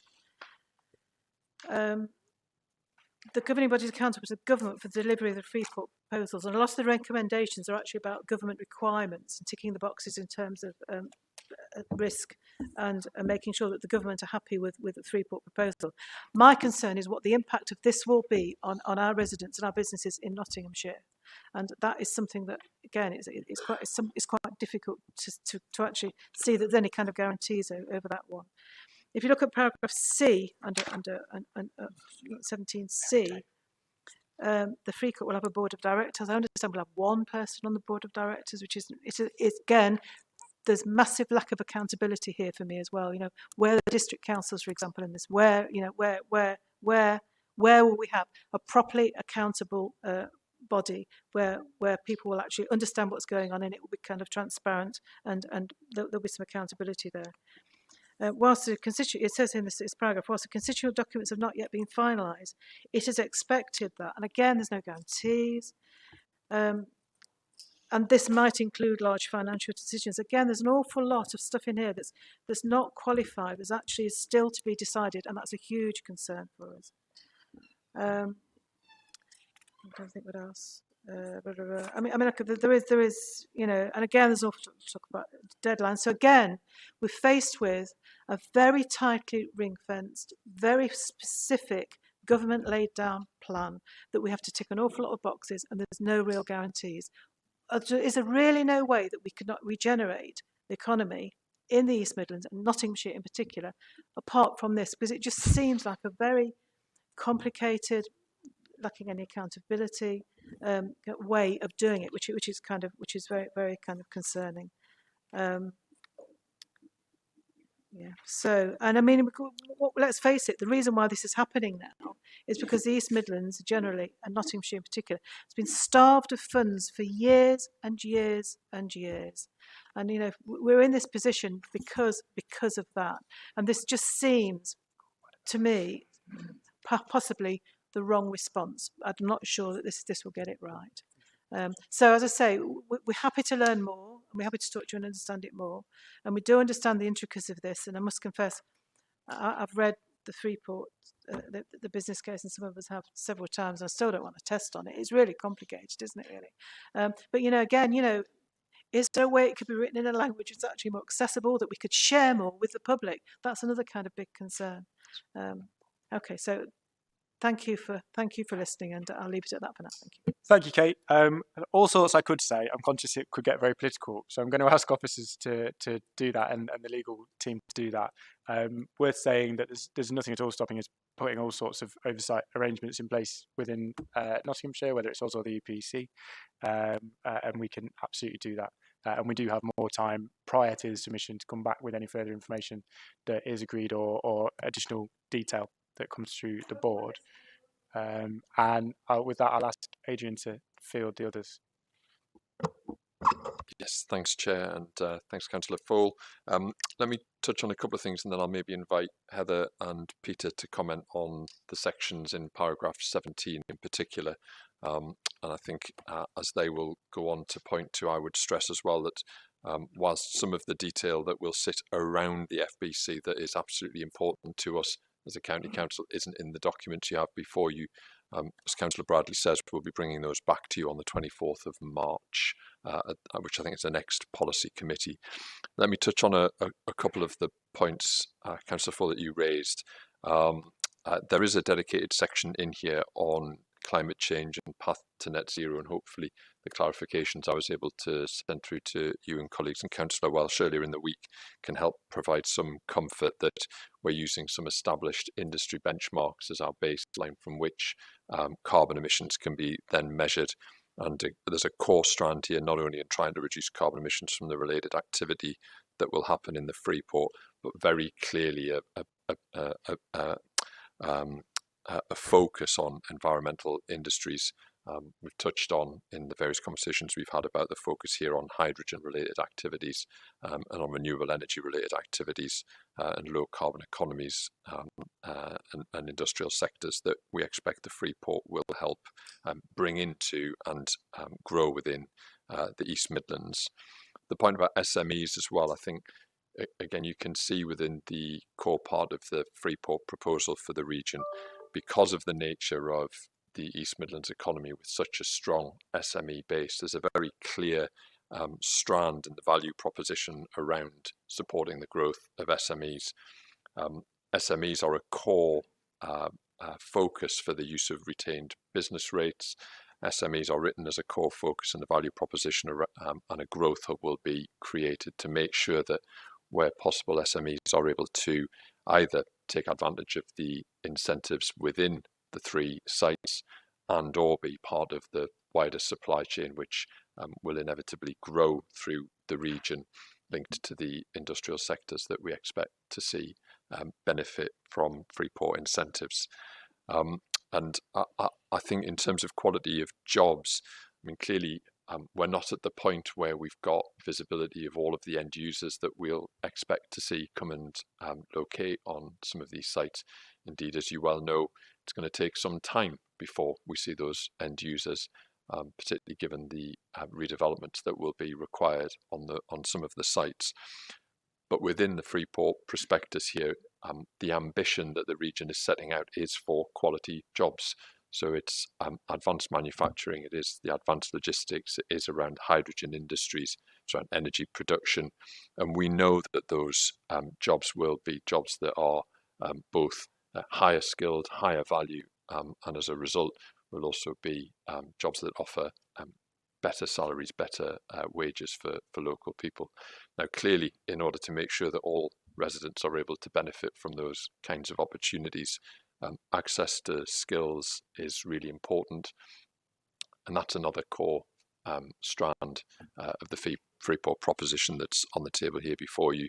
And again, you can see that there are a series of proposals, including things like a hydrogen trading academy, so that we can equip people in the region with the skills they need to benefit from the employment that's generated in those sectors. Could I perhaps look to maybe Heather to start with just about how we've crafted paragraph 17, or maybe you want to draw Peter in just to talk about some of the specifics around the governance. Yeah.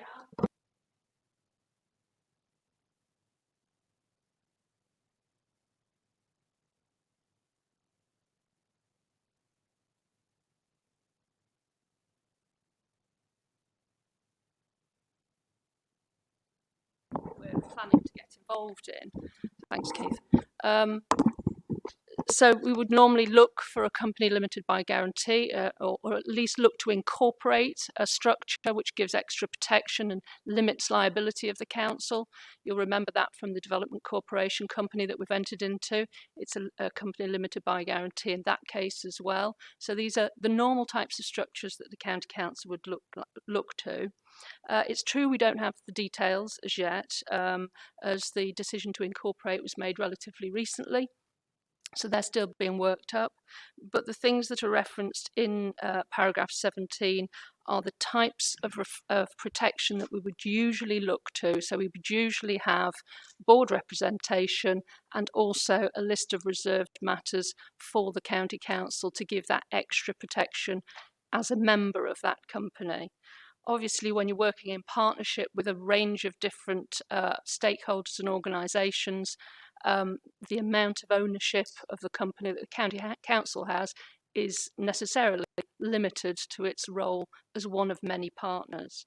So I think that's probably as much as I can say in the general terms, as this is a normal sort of approach we'd take, but I do accept there's a lot of detail to be worked out. Peter? Thanks, Heather. Actually, I agree with everything that Heather said. I think the driver from central government in relation to Freeports is to put in place a model of governance that allows for a public-private partnership. And I think, as with almost all of the Freeports up and down the country, the model of a company limited by guarantee is being adopted, and that is something which I can definitely recommend from that perspective. The key over the weeks and months ahead will be to ensure that we protect the position of Nottinghamshire through the contractual documents, and indeed ensure that we can deliver a level of accountability that is required in a partnership of this type. And it isn't dissimilar to the model that was delivered for the Development Corporation. But we need to make sure that we are delivering against the requirements of the guidance issued by government on this point, and it is a moving feast and something that we are working very hard on. And if I may, just one last point that Councillor Foley raised. You asked about the districts. So as it's laid out in the FBC, we would anticipate that amongst that board of 13, you would have the 3 upper tier authorities and the 3 district councils represented to provide that locus, that point of democratic accountability. But again, as Peter says, the guidance from government makes as a prerequisite that there is private sector voice and then an independent chair. Thank you all. That's really helpful. On the final, more kind of political point there, I suppose, about is there not another way we could invest and regenerate? There are. I've always talked about this as a package of regional investment and growth, Freeport Development Corporation, Integrated Rail Plan, devolution, STEP, fusion, and all sorts of other things you've heard me mention in this forum many times. I want all of them. I don't want to pick and choose one or the other. I think we can achieve all of them, and I think that impact would be absolutely huge for our county and region in terms of jobs and opportunities. So we will put time and resource into pursuing all of them until some of them become done or impossible. And that's certainly my approach to all of this. I had Dave next. Thank you, Chair. And just picking up on what Councillor Fold said about the Freeport, concerns that we've raised previously is that the wholesale displacement of people and the environmental impact of those people being displaced on a daily basis down the M1 from junction 28, 27, possibly 26, 25. And those people heading towards that Freeport area to actually seek work would have a detrimental effect on the people in and around the area where that Freeport is going to be for air quality, etc., etc., etc. The residents in Ashfield at the moment don't have much idea of what the Freeport is and how it's going to impact them. So if we're going to make jobs in that Freeport area, we've got to make sure that they are sustainable and they are good quality. I was under the impression that from a previous meeting that we've had here, energy production may be focused at West Burton, rather than West Bridgeford, if you understand my meaning, for the production of energy. Slightly different concept that, Dave. It's a different project. Yeah, but if we're going to do that, we're going to get those sustainable jobs, those high-paid jobs in the Freeport, then we've got to look at specifically what jobs we're going to actually be producing. And there's no guarantee that those jobs are going to be taken up by people in Nottinghamshire. It could well be they're coming from Leicester. They could be coming in from afar. So provision has got to be made for the people coming in for those positions. And we need to level up the county. We really do need to level up the county. Let's involve Mansfield District Council. Let's involve Ashfield District Council in these negotiations, along with Newark and Sherwood. We don't want them to be excluded from this. So let's do it properly and let's get around the table. Thank you, Chair. Thanks, Dave. I'll pass over to Adrian, but just brief commentary. I think if you look through the documents, the majority of the jobs are in the wider supply chain as opposed to on the sites themselves. So there is a wider opportunity around the county and region, and there are measures within it that I'm sure advisors will touch on in terms of mitigations for those risks.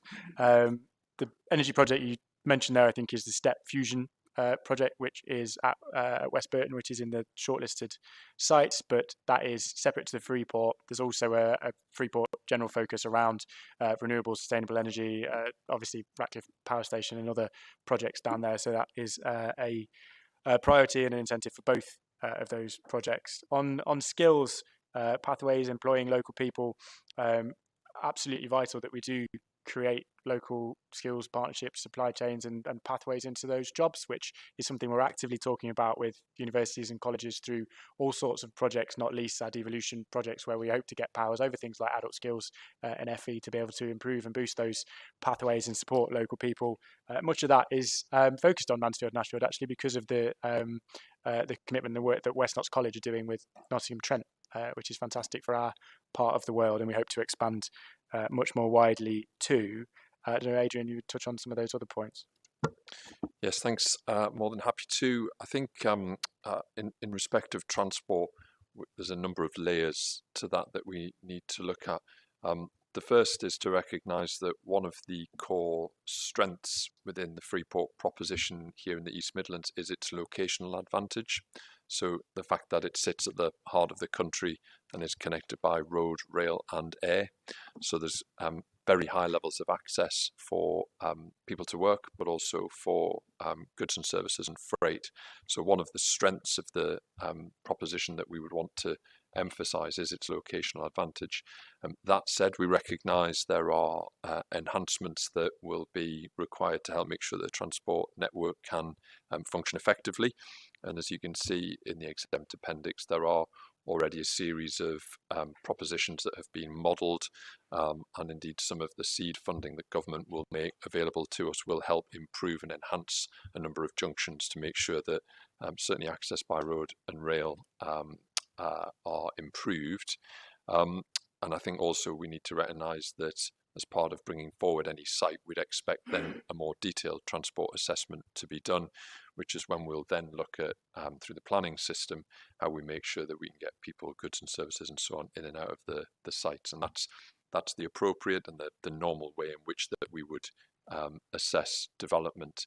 Of course, in parallel to that, we've been working with the promoters of these sites to look at things such as public transport access, for example. And we're also looking at how we can review some of our other transport projects that we have in the pipeline in the region, including, for example, use of East Midlands Parkway, which is nearby. Of course, that will be part of a wider integrated rail plan network in future, and then looking at how we might use rail links out through Robin Hood or Maid Marian line from a Nottinghamshire context, certainly, to extend out across the rest of the county and make sure that the jobs in these three sites are accessible via rail as well as via road. I'd also make the point, in just touching on your question around who are the jobs for or who will get these jobs. And in reality, at that scale, as Councillor Bradley said, 61,000 jobs, it's going to be a mix. These three sites sit at the apex of 3 cities and 3 counties. And if you look at the employment patterns that we already know and understand around sites, around the airport and the logistics park, you can see that they are spread out across the 3 counties and the 3 cities. And I'd anticipate that that will continue as we grow this and bring these propositions forward to development. The other point I'd make is about the synergies. So some real opportunities with, for example, up in your neck of the woods, the ADMC, which arguably is going to be located to try and help provide a workforce that the users and beneficiaries of these Freeport incentives will take full advantage of. And I think that again extends out the benefit that having a Freeport in the East Midlands will have for Nottinghamshire. But I'm sure there are similar projects down in Loughborough and other parts of Derbyshire as well that will similarly benefit from the Freeport becoming operational. Can I just add? It wouldn't take much to stop the motorway if there was a bump in the future. If there was an accident on that motorway, it would absolutely cause absolute havoc and chaos for the rest of the county. So that really needs to be looked into. So thank you. That's the case with all things, Dave. I think it's worth saying that all of these things you have raised are priorities and questions that we have raised throughout the process with the board. And I guess the point of bringing this back is to say that we are comfortable with the progress in that. And it continues to be discussed and we add more detail to it. Tracy. Thank you, Chair. I didn't want to speak particularly on the technical detail of what we've got before us. It was listening to colleagues, particularly opposition colleagues, and it's a comment I've made in my own committee. I'm really concerned that we sometimes get set in our ways of thinking and we're not prepared to turn the coin over, look at the other face. And I really do want colleagues, if you've agreed a group position, you're going to vote the way you're going to vote today, and I may be completely wasting my breath, but I do wish colleagues would change the way that they are thinking and looking at this. I picked up on 2 particular comments of Councillor Foles about no guarantees, and that the reason we're here now is Notts has been starved of investment and support for so long. And I'd say to you over that, life has no guarantees. Life comes with no guarantees. We identify the opportunities we seize the opportunities and we actually create the future and the results that that future brings. If we sit and wait for absolute definitions and detail in everything, frankly, we'll never get off the pot. You know, we will never begin and we'll never achieve. And in the context of we've been starved and overlooked for so long, that's true. Why would we want to sit still now and not grab this with both hands? Not to progress, not to do something will achieve absolutely nothing. Please turn the coin over and look at the other face. Councillor Shaw mentioned where does the workforce come from, and the idea that there'll be all these jobs in a certain corner of the county. Adrian's partly answered that in his talking about what sort of jobs. I was at a meeting earlier in the week with the UKAEA over the STEP programme, as it happens, and some of the questions there were about, you know, these being highly skilled jobs. What sort of left me a bit dismayed, and I had to challenge in that meeting, and so I'll challenge again now. We spoke earlier in this meeting about the school funding paper, and people collectively spoke about the value of investing in education and providing the very best education for our children. At the moment, it is true that many of our young people, those who succeed, who achieve, will go away from Nottinghamshire. Partly because there is very little for those most successful in their academic studies and building of skills, there is very little for them to come back to. I want to educate our children to the very best standards. I want them to have highly skilled jobs to come back to in Nottinghamshire. There was a perception, or part of the conversation earlier in the week, was this idea that all of the education and that high skilled stuff happens somewhere else. Well, if we keep letting it happen somewhere else, our children will keep leaving us. Our best and brightest children will keep leaving us. And the majority of our children will see that happening around them and not aspire. And our children have not been allowed to aspire enough. So I suppose my answer there is, and I used the analogy earlier in the week about planting the seeds of the trees under whose shade other people will sit. This is not a project for today. I know the early skilled workers will be those who are already in studies or already in employment and come in to start this and build it. But we're not building it for 5 minutes. We're building it for a long-term future. And I want it to be there and built and ready so that our children going through our schools and securing that solid education have something solid to employ them and hold them at home in Nottinghamshire. Sorry, Chairman, I feel very strongly. Thanks, Tracy. That was fantastic. I think the education and skills opportunities for all of our schools and young people directly off the back of the kinds of roles and engagement that they'll be able to have with these kinds of businesses in the future is a real step change in the way that we have historically done things, and a real opportunity for all of them to go out and get those jobs and not have to leave and move to a city somewhere to go and get them, which I think would be fantastic. And on the wider point about the risk, I think it's absolutely true. You know, whatever from any of those projects that I keep listing and will continue to keep listing, none of them have guarantees, but we can choose to go and take a risk, try and mitigate it, try and get the opportunities, or we can choose to not. Historically, unfortunately, we tend to have chosen not to, and I don't think that's sustainable or the right thing. So I totally agree with you on all fronts. Keith now has nothing to say. Well, actually, Chairman, I'd like to say, can we not let Councillor Taylor speak before me next time when it's about this sort of subject? I think the reality is thousands and thousands and thousands and thousands of businesses, great ideas, great businesses that never got off the ground because the people whose idea it was, whose businesses it was likely to be, wanted it to be perfect before they started. And it never happened, and it never got off the ground. And if you look at some of the most successful businesses in this country, it's gone off on a back of a fag packet idea, and they've worked at it and failed and made it work. So there's no to think of that there's going to be a guarantee it's been said, but there's no such thing as a guarantee in business. It's about using your own experiences, bringing people in who have the expertise to look at the possibilities that are available and then try to make those possibilities happen. It's about having aspirations. It's about ambition to make things happen. And I think we're well equipped to do that and to make this Freeport work. So I think that's the biggest message I'll give. In terms of SMEs, I think actually, Kate, you're quite right sometimes that, you know, we don't evidence the support that SMEs get. And that's why with strong leadership in the EDAM committee, we're now pushing the people that deliver to those SMEs. That's me, isn't it? Yeah. But deliver to those SMEs to make sure that actually they're reporting back to us at what they're actually achieving, and we're challenging it to make sure we get more value for money going forward. So we are pushing on that.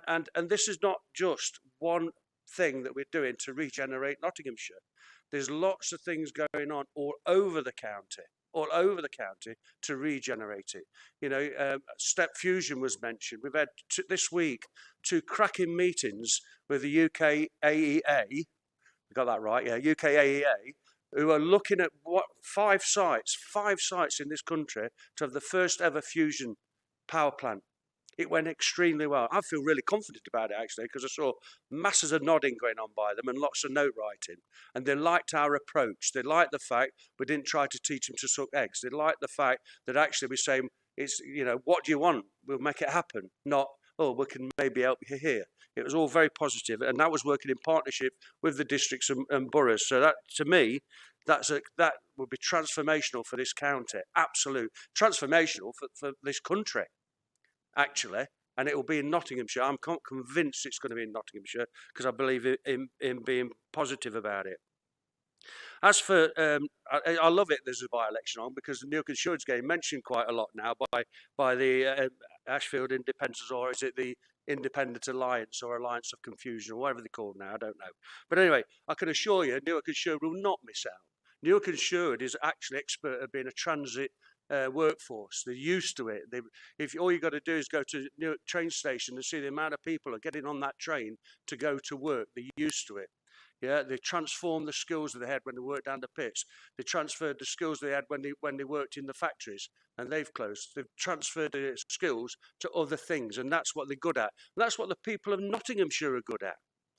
Yeah, if you look at the industry throughout Nottinghamshire throughout the years, every time one's failed or gone or disappeared, they've changed, they've adapted, and they've changed the working practices to make sure that they can be employed. So I'm confident, actually, that when these businesses come to us, we will have the workforce, because we've also got a great education system within Nottinghamshire, further education, the universities and colleges, because we work in partnership with them to make sure that people are trained properly for those skills and for those jobs. So that's as much guarantee as you'll get. You won't get any more guarantee on it. I don't know one business that succeeded that had guarantees of what was going to happen. Not one. Not one. You'll never get it. And to say that you can't support this and you're going to abstain because there's no guarantees, I think is really poor. And it's poor leadership, because you should be saying, yeah, and we want to control, and we'll hold you to account and drive this forward and putting our points of view forward all the way through it, not abstaining. I think that I'm sorry, but that's to me is very weak, and I'm sort of disappointed, to say the least. Thank you, Chairman. Thanks, Keith. Thanks for pointing out some of those projects, which I think are worth knowing about. We've mentioned the advanced manufacturing automation projects that are going on over in the west of the county, Mansfield, Ashfield, and aerospace in Newark, I understand. You've missed it now. It's too late. Yeah, aerospace. You've missed it, but huge opportunities from the Towns Fund in many cases, which is another one on the levelling up list of things that are cracking on and present opportunities around skills and workforce that you've described. So grateful for you raising that. Neil. Thanks, Chairman. This is an utterly amazing opportunity, and one of the major investment opportunities, just one of the lists that you mentioned in your opening comments.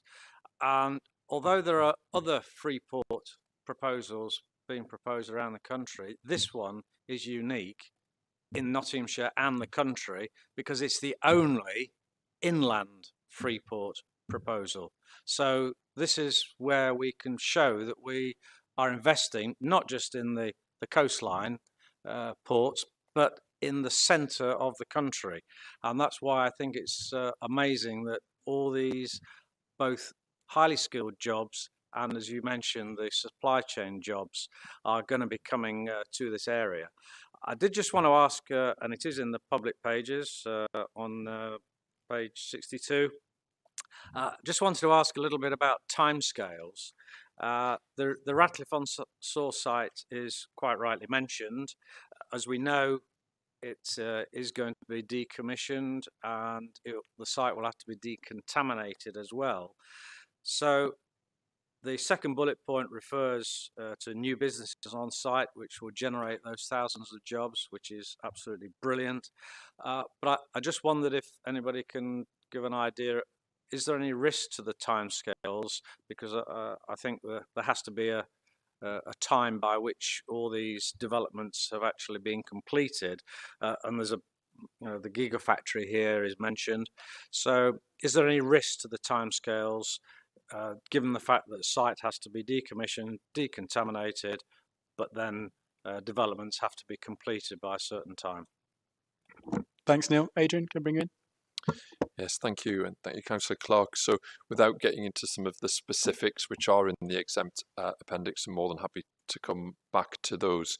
There's been a very thorough approach to understanding what the risks might be for each of the three sites, and then very clearly working through a series of mitigations so that we can offer best comfort to government that if they designate these sites, they will come forward in a timely way. And I think in particular around the Ratcliffe-on-Soar site, we're in a very strong position, firstly because we've been working very positively with a very proactive and positive landowner. Secondly, because the District Council, as the local planning authority, have already initiated the local development order process. So in other words, the planning process is underway, public consultation already been and gone for that. And thirdly, because we've been working very hard as a Freeport team to make sure that we can address any potential barriers or risks to delivery as part of preparing the full business case. So without getting into the dates, some of which you're welcome to look at in the exempt appendix, I think we can say that we're managing those risks the best we can. Thank you very much. Councillor Wilmot. Obviously, I'm in favour of the proposal, bringing extra jobs into the area, improving the local economy, delivering skills, extra skills, bringing loads of new businesses in. But I'm not being negative when I've got some questions to ask about the risks of the scheme. I think I've got quite limited to ask these risks. And the first question is, if the goods are not considered to have entered England, does that mean any loss of revenue to this country or area, to our area? And it obviously that there will be more freight coming through the airport, and would that mean those goods would get the same surveillance as the goods that are coming into this country as well? And would it be much easier for drugs and contraband to pass through without detection if that's not the case? On paragraph 29, it says there will be a displacement of commercial activity into the Freeport area against the definition, and the definition is not clear, and further guidance is being sought to clarify what it entails. Will that mean that some companies who have stood by the EMA during hard times could be displaced? I just wondered if it's a question that we've got to ask. I see that a reserve is being set up to reduce the risk of unforeseen costs. Does that mean already costs are going to escalate? You know, that's a question. Who will be responsible for that problem if that's the case? I see that there is highway mitigation works costs. Just wondered who will be paying for that. And will it come out of Nottinghamshire taxpayers' pockets at all in that issue? Finally, how much green space is to be taken up with this project? And looking at the possible security and illicit activity risks management programme and the protocols around security and illicit activity. In fact, it shows 5 major risk categories in that. some of them quite concerning, nuclear threats, terrorism, possible sabotage, possible arson, theft, smuggling, illegal items and fraudulent decorations. It's quite an array of problems that this project may be bringing into the area. I just hope that the security is going to be good on that issue. These are questions that people have been asking me about it, and so you know, I'm not being negative. I want it to take place. I want everything to happen. I want the money to come into the area and so forth. But these questions need to be asked. Thank you. Thanks, John. Welcome your support for the wider principle of the project. I think that's really positive. I will ask Adrian and the guys to come in on some of the key points there. So for reference, Adrian, I've got a list here. So custom sites, mitigations around job displacements, costs and liabilities, particularly around infrastructure. And then I think John raised the point there at the end about risks in terms of the place. I'll test you with some of those. Excellent. And thank you, Councillor Wilmot. So this is where I feel particularly grateful to Peter for joining us today. So I think in terms of all those questions about the potential or the risk of fraud or illegal activity, the issues around security, there are a whole raft of very prescriptive guidance and regulations that the end users in the customs zones will need to meet. Now, those are clearly and publicly available for you if you'd like to see, because the government have published them as part of the Freeport guidance. In reality, for the custom zones where these things will apply, they will be accountable directly to government. So the operators who benefit from those customs incentives will have a direct relationship and will in effect be regulated by HMRC and border control, customs. So that's not a risk, if you like, that sits on our shoulders.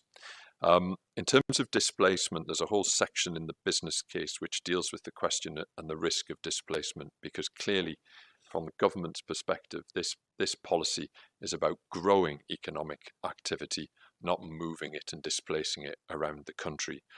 And in the business case, we've had to model the risk of displacement and demonstrate with evidence to government that for these 3 sites, what will happen is additional activity for the benefit of UK PLC. And we've set out a number of provisions. Again, happy to go into the specifics under the exempt item if that would help. And clearly, as part of the government analysis of the FBC, they will test whether or not the provisions we're putting in place around displacement are sufficient. I think we've got good reason to believe that actually we will secure and generate inward investment, so that will be new activity coming in to the UK economy, or business expansion, so additional economic activity for the UK economy that will take place on these sites, rather than, say, an employer in another part of the country simply moving on to into the East Midlands to benefit from the Freeport incentives. Around highway mitigation, again, if I just refer back to the earlier comments I made on transport, we've run a transport model for the project, so we've got an early indication of what the particular highway impacts would be of the Freeport proposals. That has allowed us to put together a package of circa £25 million worth of funding that government will look to approve, some of which will come down to invest in highway incentives to help manage the highway stress that you're referring to. Some of the highway impacts we'll need to look at through the planning system, as I mentioned, as individual sites and developments come forward. And it may be that for more significant improvements that might be required, we'll be looking again at that public-private partnership, working with national highways and or the landowners to fund them, as indeed we've already seen with the unlocking and the development that we've seen in that part of Northwest Leicestershire, for example. So in other words, to the kind of core question, does this put pressure on our own highways capital programme? At the moment, there are no proposals that we'd be funding additional works from the highways capital programme. Did I take everything off in the list? Think so. A helpful summary. Appreciate it's lengthy, but important to get through these. I think you're pointing at me then. I was nodding at you just to say that in terms of risks and liabilities to this council, further work needs to be done, as Heather and Peter said, on the model of governance, because it is complicated. I can assure you that colleagues in our legal services, led by Adrian and others, have been meticulous in going through all of the various issues, but there are still some to be resolved. And there is a separation of risks and liabilities between different partners in the Freeport, particularly those that will be designated as customs or tax sites, heavily regulated by the government. That is different than the way we set up the company limited by guarantee, where the majority of risks and liabilities that would fall to this institution will rest. We've got to do the work on that, Councillor Wilmot and colleagues. We are on with it. As soon as we've got something that we can bring to you, we will, because we are particularly mindful of the points made today about needing more information. And what I take that comment to mean is more information about the risks and liabilities to this council, as much as how we incentivise SMEs and businesses and supply chains and protect the environment, because we do need to have a mind to the bigger picture here, and much of this debate has quite rightly been about that bigger picture, but we are very keen to make sure that all members understand what this council is getting into. But at the moment, there's work to do on that. When we've done it, we'll come back to you. Thanks, Anthony. We're saying, and Kate pointed out earlier, numerous briefings between Adrian and the Labour group, which I'm very grateful to Adrian for as well, trying to keep everybody in the loop. They have been offered to the independent group as well, and as yet not taken up. So anytime you want to come and have that conversation, I'm sure Adrian would be happy to facilitate. We have offered a couple of times already. I've got no further speakers on that, so I'll come to, I've got one, Jim. Sorry, I thought I did think I'd indicate earlier. Sorry. Yeah, most of what I was going to actually ask has been done, and I wouldn't have spoken now, except for the actual hint that we are not taking opportunities. We're here to actually scrutinise this, and we are actually doing that. We've got problems with it, if you like, but we've certainly got concerns with it. This isn't the final document. We want to see some more. We don't want to see the final document come next. We want to see something we can actually vote for. So we've got the various things. I've just mentioned, some of them have already been mentioned, so I apologise for that. The actual no detriment clause when it actually comes to business rates, that's good, but there's not, even though item 40 says they will try and do something on the environment, and no detriment to the environment would be a nice phrase to put in, or no detriment to actual workers. The actual thing, again, with the council's liability, which has just been mentioned, it does concern us because we've got Robin Hood right next door to us that's already happened. That was a good scheme. They jumped at that. They put their hands in the fire. Before we put our hands in the fire, we want to actually make sure we've got bloody gloves on. Oops, that's another pound. We want to make sure that we've actually got good for the taxpayers of Nottingham. We don't want to take risk because it's a risk. We want this to work as much as anybody else. Just to clarify, Jim, are you referring to Robin Hood Energy? Well, I refer to Robin because they went bust. The council had a fantastic... Robin Hood Energy? Or... Robin Hood Energy. Okay. Sorry, pardon my... because they went bust with... And actually, practically, and it's still happening, of course, the council with them. So that's a serious issue as far as we're concerned as well. So we don't want to be seen to just, we'll take the risk and see what happens. So, yeah, I wouldn't have spoken on that because most of them have already been answered answered not quite to our... how we would like it as yet. But item 44, the logic on the logic scheme. Well, yeah, logic can be misplaced logic. If I stick my hand in an oven of 100 degrees and a minus 100 in an ice bucket, well, I should be all right. That's rubbish. That's misplaced logic. So I'm not quite sure what the whole phrase of 44 means. There'll be a logic. Or depends where you actually come from. And if the document, which you're pushing quite rightly, you're pushing this document to actually make us make a decision. I've got no problem with that. We're here to scrutinise. We're here to make decisions. But if it was actually so good, as Councillor Girling was saying, we should take this leap, well, then the public should be with us. and the public should actually have access to this. It shouldn't be anything that's actually in the purple pages at all. It should all be completely open. Thanks, Jim. I take your point on that, but unfortunately, a lot of the information in that purple document is not our information. It's commercial information from businesses who have put that into this business case for government in good faith, that we're not going to go and spread all of their commercial plans and information around everywhere. So it's quite important that it does remain exempt, not least to keep trust with those partners who are an integral part of the Freeport. And it also, in any scenario, if you're going to go out and make a case and bid for private sector investment, it's not eminently sensible to publish all of the risks and potential pitfalls in your plan to all of those potential partners. But So if I can come back, there's no other Freeport to be put up in the Midlands anyway. It was the only inland ports already mentioned. It's not going to be that competitive. well, there are other sites where people might want to invest or create jobs, or that logic doesn't fly, I'm afraid, Jim. On the wider point, it's worth, I think, touching on the Robin Hood connection, because I think that's a false one, and we should probably just clarify why that is so, Adrian or Anthony.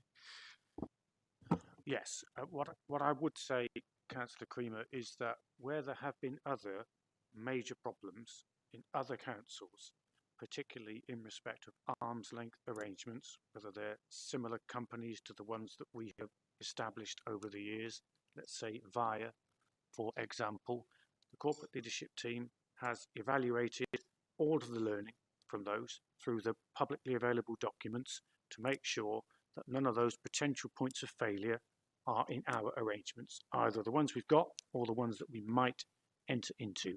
And we do that assiduously to make sure that we don't make the same mistakes. So that's just a reassurance for you. Equally, for all members, and of course this was a matter of some debate at the last county council meeting, might have been the one before last, I lose track.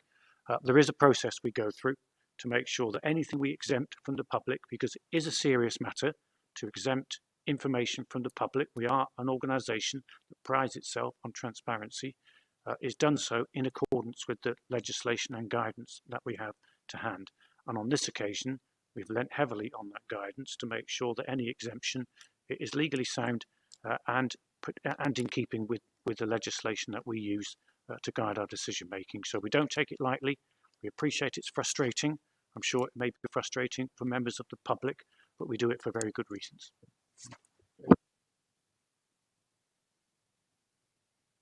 Okay, I've just got Councillor Lawton then to wrap up. Yes, thank you very much. I shall be very brief. I'd just really like to thank Adrian for all the work he's putting in, and also the leader as well, who has followed this opportunity through for the people of Nottinghamshire. I just, you know, as far as this administration is concerned, I think I'm quite clear in saying we will grasp every opportunity that we are given to be able to drive Nottinghamshire forward, to improve the prosperity of Nottinghamshire. For example, the amount of work we've been doing on the Revenue Support Grant, we were number 5 on the list of the amount of money that we've been given by the Revenue Support Grant. We are now one of the shortlisted on the Levelling Up, just been on the Levelling Up white paper. This is all part of a positive attitude of this administration. We do not want in 4 years' time for people to turn around and start belly aching like they have been, saying Nottinghamshire never gets anything, we're always behind the curve. Well, this administration intends to be at the front of the queue, not at the back of the queue, and this is just an example of that. Thank you, Bruce. Right, we'll draw that to a close. My intention is to, unless someone has any major issues, we can obviously debate the specific details of the exempt papers in the exempt item if people have further questions. But I'm going to assume, as I say, unless anyone flags anything particularly otherwise, that we're in a position where we've come to a view individually and collectively, and we're able to vote on this report, and then we can come back to any further questions later on. So at this point, I'll ask anybody, all those in favour of the recommendations in this report. We've got those. Got them. Thank you. Any against? And abstentions? Thank you. We've got numbers for those, yeah? We've got them. Yep. Thank you very much. Right, in that case, we'll move on to the work programme, which, as you'll see, as we move towards a cabinet system, is quite light. I think we've only got one meeting left, in fact, of this committee, which we'll have to make sure we celebrate in some kind of acceptable way. In March, there are things, obviously, that may need to come back to this committee, not least further information on the Freeport, not least updates around devolution, which may be added to that work programme later. Has anyone got any points or questions on that? Nope. Okay. In that case, then we will move on, and I will find the little bit that I have to read out, which is here. Agenda item 12. So we'll move to exclude the public to consider the exempt document. The committee is invited to resolve that the public be excluded for the remainder of the meeting on the grounds that the discussions are likely to involve disclosure of exempt information described in Schedule 12A of the Local Government Act 1972, and the public interest in maintaining the exemption outweighs the public interest in disclosing the information. Can I ask all those in favour of that? Thank you very much. That is carried, and we'll turn the camera off.